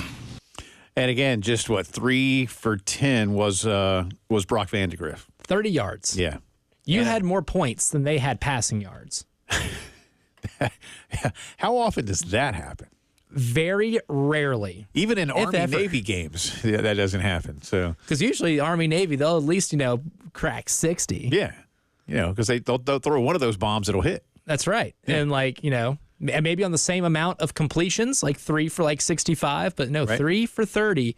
And 22 of those, Jay Phillips, came on one play to Dane Key. Yeah. The final cut here, I'll let Elijah set up because he is the one that asked the question, but I will set him up by saying that while this may not have been the full hinge moment of the game, I think you might be able to make a case for it. That's definitely what I was thinking when up in the box, kind of getting a feel of the game. At this point, Kentucky's passing game has already been completely taken out. They already had that 12-play drive where they did nothing but run the ball and got a field goal, got the interception before the half to be able to salvage another field goal. Again, even then, they ran the ball 3 straight times, couldn't move the chains. At this point in time, you could already sense that Kentucky is scared lifeless from throwing the football. So they're not going to be able to pick up a lot of chunk plays at once. It's going to be hard for them to generate a ton of offense at once. And we reached this pivotal 4th down, right, where it looks like South Carolina's going out there to go for it. Brady Hunt goes into motion, runs up behind the center, hard counts, gets Kentucky to jump. Well, the next, later on in the drive was the 3rd and 14 conversion to Mazio Bennett. And then the next play after that, Josh Simon's catching a ball in the end zone, and it's 17-6. And in a game when you're not even trying to throw the ball anymore because you straight up can't, an 11-point lead feels like an 1,100-point lead. So I wanted to get a little more info on that play because I do feel like it was the turning point in the game. So I asked Coach Beamer after the game, what goes into that decision to go for it, quote unquote, and then how were they able to execute it the same way they did in the game? I think it was huge. Yeah, absolutely. Every every play is a big play in this game just because it's typically been a low-scoring game and it's a defensive slugfest. I mean, that first half, we probably both teams probably set offensive football back a little bit because it was ugly. I mean, they had very few yards of offense and we had 20 plays, but any being able to stay on the field and be aggressive was something we needed to be able to do, and it absolutely was a big play. And what goes into it, it's something that we've worked going back to preseason camp. And when it was fourth down, I just said to Dow, let's run, whatever we call it. Let's just take a look at that and see if we can get them to jump.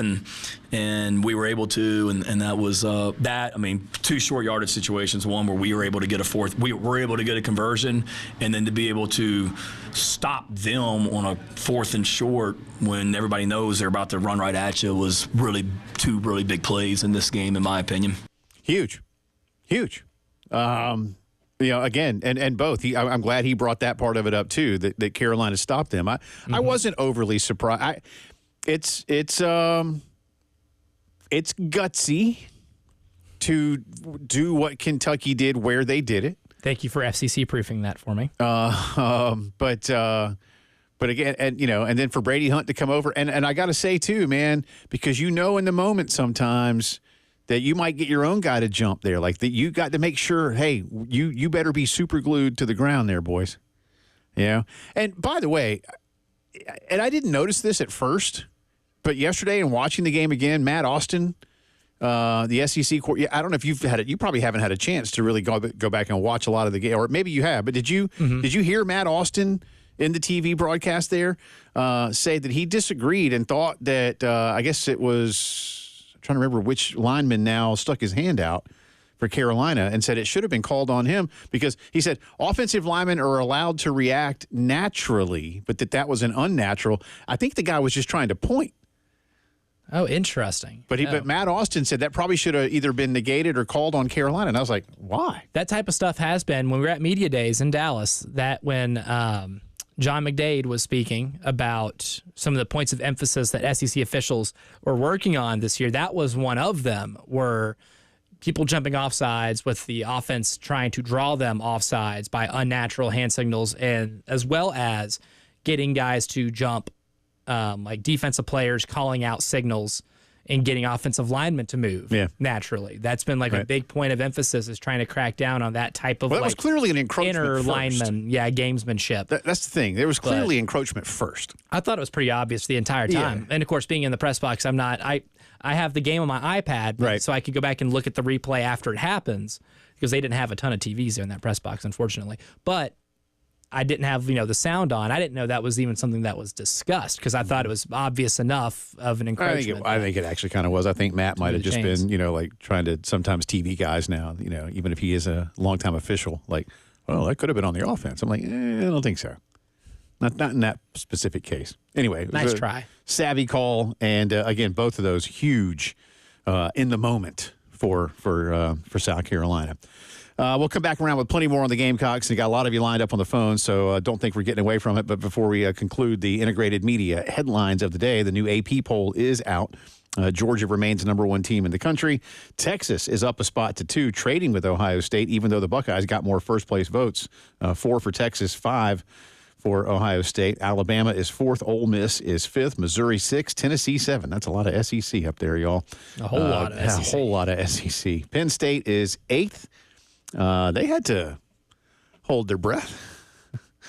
Would have been. Imagine if Bowling Green State finished the deal there. It would have been a banner day for the MAC. For the MAC. That's the greatest MACtion Saturday of all time. Oregon is now number 9. They've dropped 2 more spots. Remember, Oregon was 3rd in the country, y'all, and now they're 9th, even though they're 2-0. Miami is 10th. Southern Cal is 11, followed by Utah at 12. Then Oklahoma State, big win for them over Arkansas. More on that coming up in the drive around. K-State is 14. Oklahoma is number 15. LSU up a couple of spots to 16 after their win over Nichols. They'll, of course, be here Saturday, 7.5-point favorites. Michigan is 17th. Notre Dame, 18. Louisville, 19. Arizona is number 20. And the final 5, Iowa State, Clemson, Nebraska, Boston College, and Northern Illinois. For what it's worth, Gamecock fans, Carolina did get votes in both polls. Beat LSU on Saturday, and I'll go out on the limb and say you'll be ranked. Where? Don't know. But first things first, you got to win that football game. That's our integrated media headlines of the day. 803-948-8327 for all your home entertainment needs. There is truly no one better in this part of the world than my good friends at Integrated Media. Watch the games and everything else you do better than ever. 803-948-8327. That's Integrated Media. More from Shane, more from players, and more from you guys as the postgame show rolls on.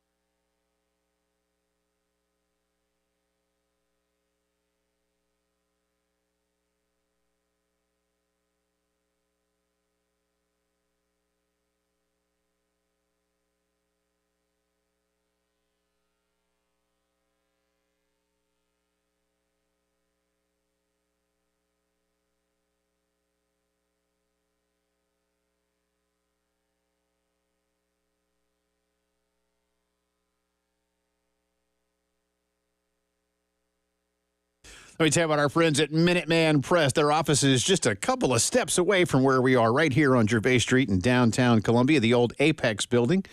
Just a few, like I said, steps away here. But back in the day, Apex only did printing. Now, Minuteman Press is doing so much more. Yes, they can do all your printing needs for your business, but they can take care of marketing and advertising needs as well, like graphic design, promotional products, embroidery, screen printing, laser engraving, signs, banners, business cards, even holiday greetings. Hey, you need to be thinking about that kind of thing right now. In fact, they can offer you more than 300,000 items. And as a national franchise, they've got incredible buying power.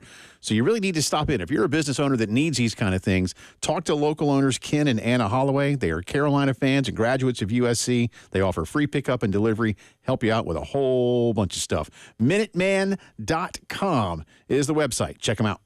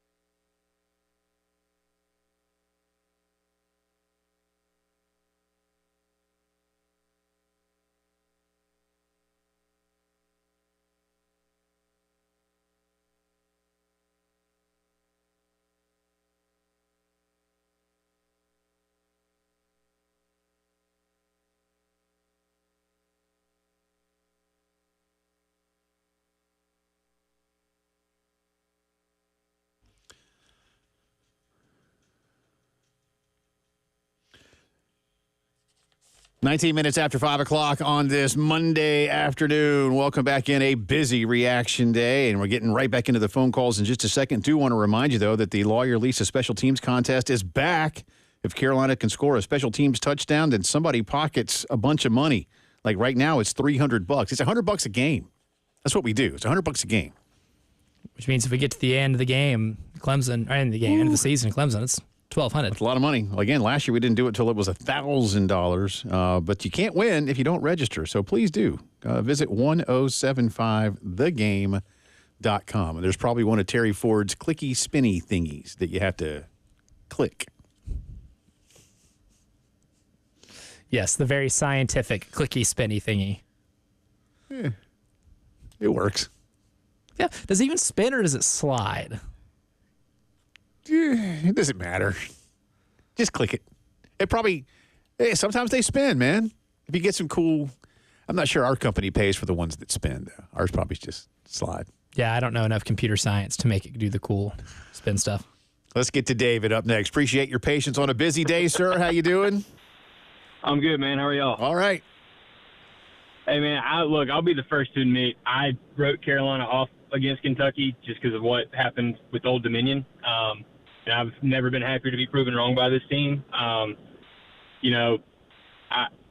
think we've got a puncher's chance Saturday, but I just wanted to get y'all's take. I know Shane in the post game said he was kind of getting sick of the Nick Harbor questions. We obviously know the kid can play, but do you think it's just more of teams are kind of going into the game knowing that and just kind of maybe trying to put more coverage on him than maybe the fans don't realize? You think? Because it seems to be one of the big talking points. I don't know. I tell you what. I'm gonna read you something, David, that our buddy Pops Frisbee put out on Twitter earlier, and I'll read it verbatim here. Tim says, as a former receiver, there can only be 4 reasons Harbor is not playing as a scholarship player.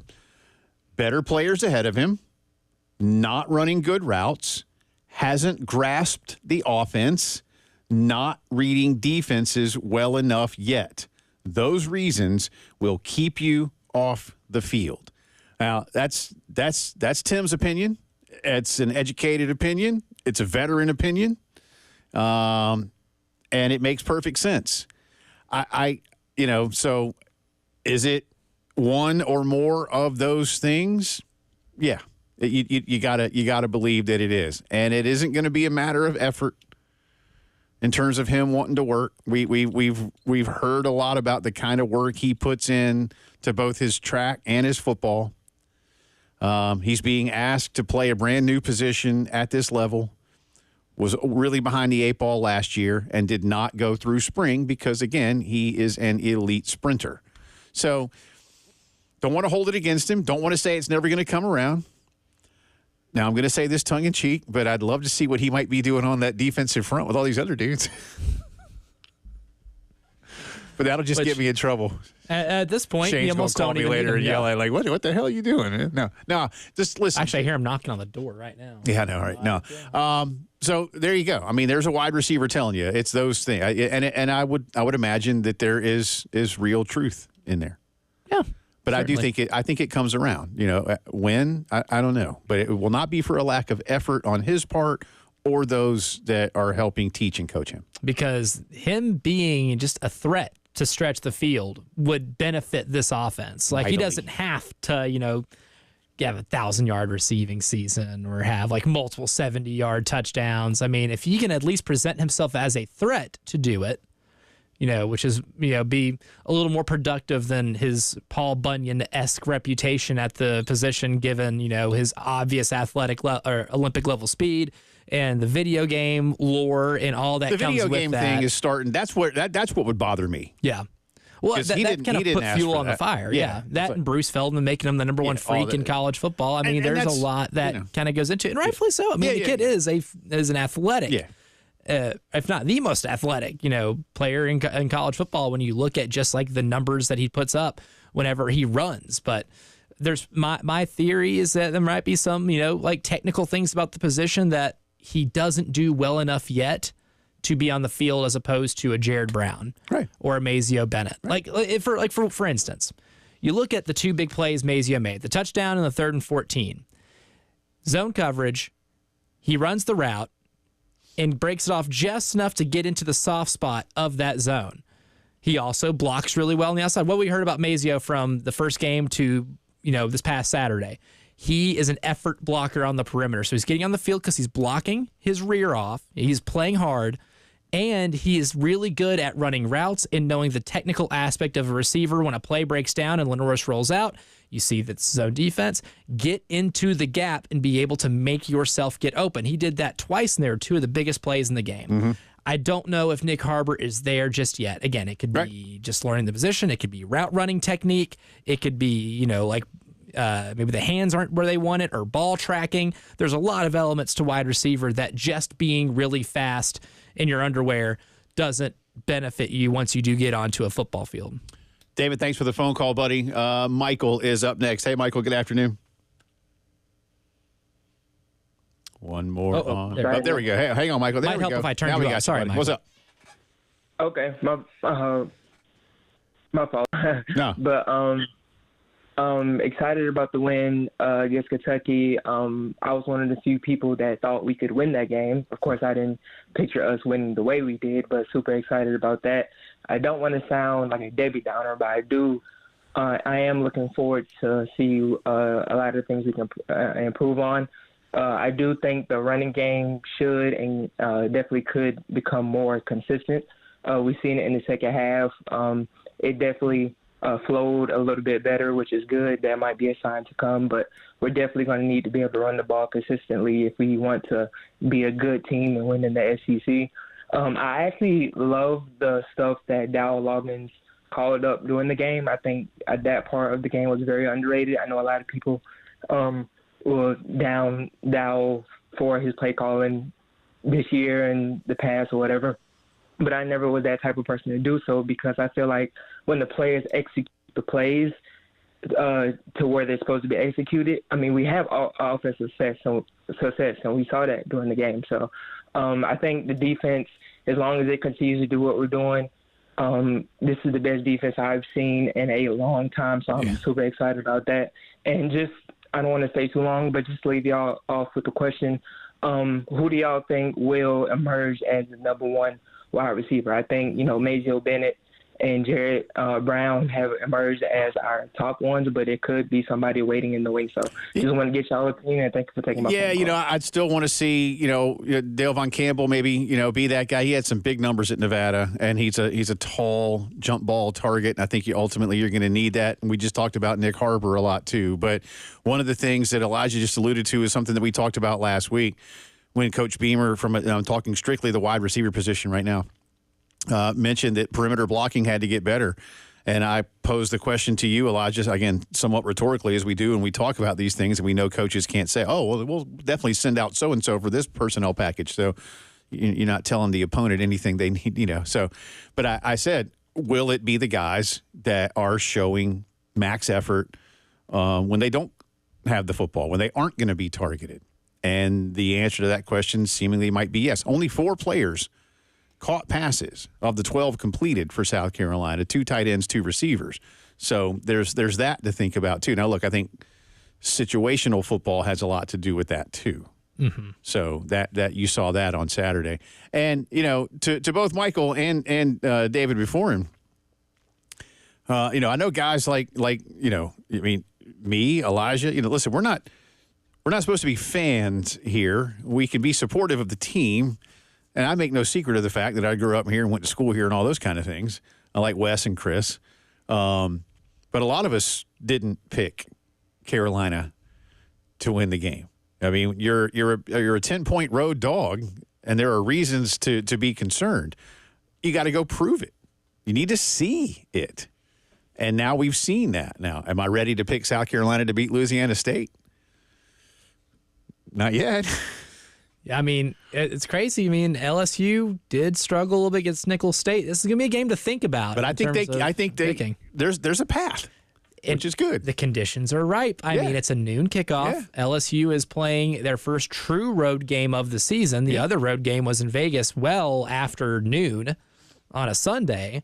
This is a not so friendly environment. It's going to be at a really weird time to play a road game in front of that environment, a crowd that's going to be energized based off what we just saw last Saturday or a couple days ago.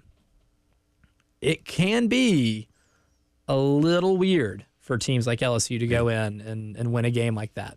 Come back on the other side. Our guy John had a good weekend. Gamecocks won. His Cowboys won. Braves won in extras yesterday. John might be on fire. We'll find out on the other side. And I give you a drive around the SEC. This is the postgame show.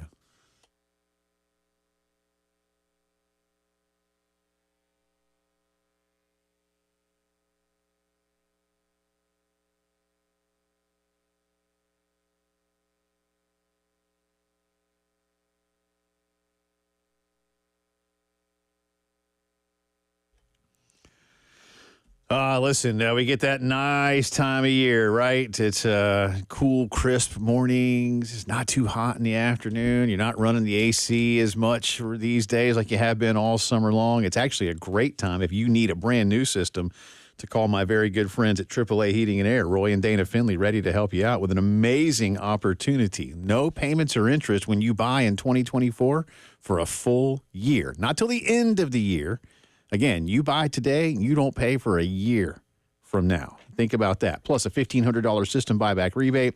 Guaranteed financing, by the way, too, which is pretty cool. And a 15-year parts and labor warranty. You may say, Jay, I don't need a new system, but mine's on the fritz a little bit. I want to get it fixed up. 803-677-1500 for a quick repair or for a free quote. Anything else, call AAAtoday.com. Love what they've done at my house. You will, too. That's our good friends at AAA Heating and Air. Tell them we sent you.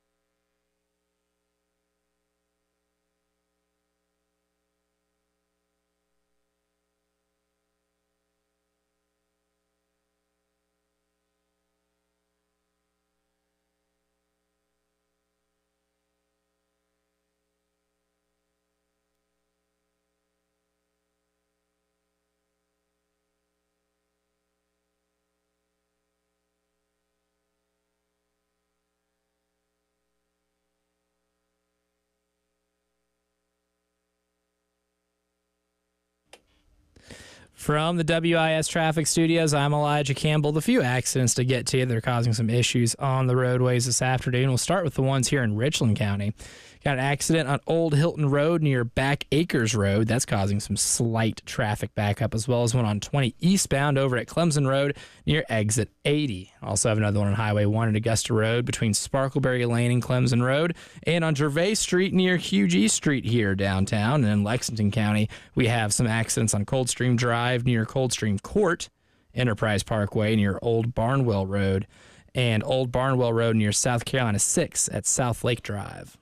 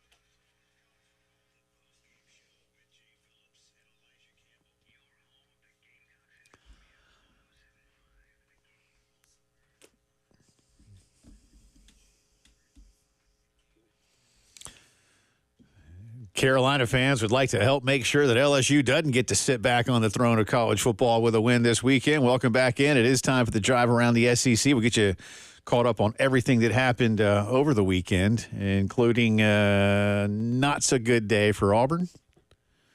Very good day for Texas. All that coming up. But again, our boy John had a pretty good weekend. Braves could have done a little better, but his Cowboys won, his Gamecocks won. He probably had a nice adult beverage somewhere along the way. How are you, sir? Jay, for my own safety's sake, I do not drink very often. But I'm going to just say this for Gamecock fans, and I'm going to borrow a page from Aaron Rodgers' book, RELAX. Relax. Right now, the offense is in a spot where, Jay, there are 6 new players all across the board on the offense. Yep. Wide receiver, running back, quarterback. What did we honestly expect was going to happen? I mean, it's going to take a little while to gel. And fortunately, the defense is good enough right now to be able to carry the load. So I think right now that's what we're going to have to continue to do. Just ride the defense for a while until the offense can kind of find its rhythm. And once they're able to do that, then I think you're going to start seeing the numbers build up and will be a lot better. And by the way, let's also give a huge congratulations to Kentucky. You know, they are the very first team ever to be 16th in the SEC. That's a monumental accomplishment, and I think we've got to make sure we acknowledge that for them.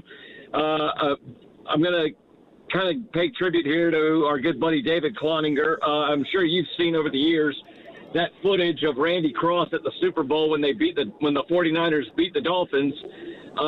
Game day went to Lexington looking for a team to be the host for this upcoming week, and all showed up. So very excited about game day coming. Hopefully the weather will clear up. It doesn't look good so far, but it's only Monday, so hopefully it will be a little bit better. Also, certainly RIP James Earl Jones. I'm going to throw this one out there, Jay, that no one talks about. One of my favorite movies that he is in was one of Stanley Kubrick's finest films, Dr. Strangelove, which was actually James Earl Jones' first speaking role. So loved him as the bombardier in that movie. Yeah, you know, he's in a lot of things that people don't realize. And, again, just an extraordinary career. And, yeah, R.I.P. James Earl Jones, if y'all didn't hear. We had that at the end of the last hour, 93 years old. So iconic. Yeah, he was legendary, as I said. Doesn't do it justice. John, good phone call. Yeah, I think the weather's like 50-50 Saturday right now. That's what I was told. Yeah, as of like this morning, it's a 50% chance. Yeah. It's a coin flip. Yeah, just get out there and wear a poncho. You'll be fine. That's right. Or don't. Yeah. And roll the dice. Yeah. What's life without a couple risks? Exactly. John, didn't even mention the Cowboys. Didn't need to, did he? I mean, yeah. I That's just piling on. Yeah. I think, he can relate to the audience more by just keeping it Gamecocks. Yeah. There's a lot of Cowboy fans out there, and they know who the Cleveland quarterback played for in college. Also very true. Well, that is a shared victory lap. So yeah, definitely. Some of that for Gamecock fans. Anyway, thank you, John. Appreciate you. Let's go to the drive around the SEC now. Officially, Georgia. Tennessee Tech did cover the spread. Which is what great teams do. Good teams just win, Jay Phillips. The great teams cover that Vegas point spread. Georgia was up 24-0 at halftime and went on to a 48-3 win. Would you say the Eagles? Golden Eagles? Golden Eagles. Not just the Eagles. They are golden. Wings up. That was Kirby got a lot of guys in. And by the way, Georgia is, I think, a 24-point favorite now over Kentucky this weekend. Ooh, that sucker might climb a little bit, too. It opened at 21. And already raising. Yeah. Texas made a statement, 31-12 winners at Michigan. I don't think it was that close, Elijah Campbell. It was not, because Michigan did get that touchdown later. Honestly, it was like a South Carolina-Kentucky beating, because it was like, 31-6 at one point. Same score. Texas is good. And, look, I said at the beginning of the year, I'm not here to dog on Texas. I just need to see Texas go do it again, looking at you, Florida State. And so far now, Texas has passed both tests. I mean, they beat Colorado State easily, but they beat Michigan pretty easily. I joked with Elijah because I'm the only one that picked Michigan in the I just thought Michigan would cover. That was my only dub. And but I said that on the sheet here that I wrote it down, I said M-I-C-H is just another way to spell Texas. Maybe it's some other language. But apparently that didn't fly. So no, you tried to fool me. But Texas moves up to number 2 in the poll as well. That's a statement win, man. That's a statement win. Big Alabama, look, people are saying Alabama was on the ropes with South Florida. Maybe, but they scored 28 points in the fourth quarter. So there's that. They win 42-16. Ole Miss all over Middle Tennessee State, 52-3. We'll pretend that didn't happen. You kind of knew your alma mater didn't have much of a chance. I knew they had little to none, as close to zero as possible. But it was ugly early. Missouri took care of our good friend Pete Limbo and the Buffalo Bulls, 38-0, the final for Missouri. Tennessee made a statement as well. They pantsed NC State, 51-10, man. And I'm not sure that game was that close. No. I mean, the only touchdown NC State had was on like a good blindside blitz that, Nico got hit as he threw it, and it was a pick six. But NC State against Tennessee's defense, 3 points. Tennessee has a defense now. I don't know where Tennessee is. I'm not ready in the Southeastern Conference to put Tennessee in the same conversation as Georgia or Alabama, and a conversation that I do believe we are now welcoming Texas into as well. And Texas did make the playoff last year. But Tennessee has a defense.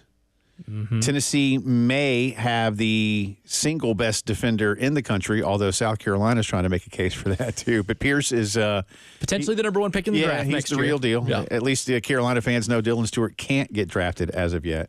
But Tennessee has a defense that's starting to match. And, whether it's Nico as a younger player growing into this system, but the guys around him already know it. Tennessee's pretty good, man. And that was a statement. Now, they've got when do they go to Oklahoma? Is that this week? Nope. They have Kent State at home this week. They have at Oklahoma on the 21st. Okay, next week. So coming up.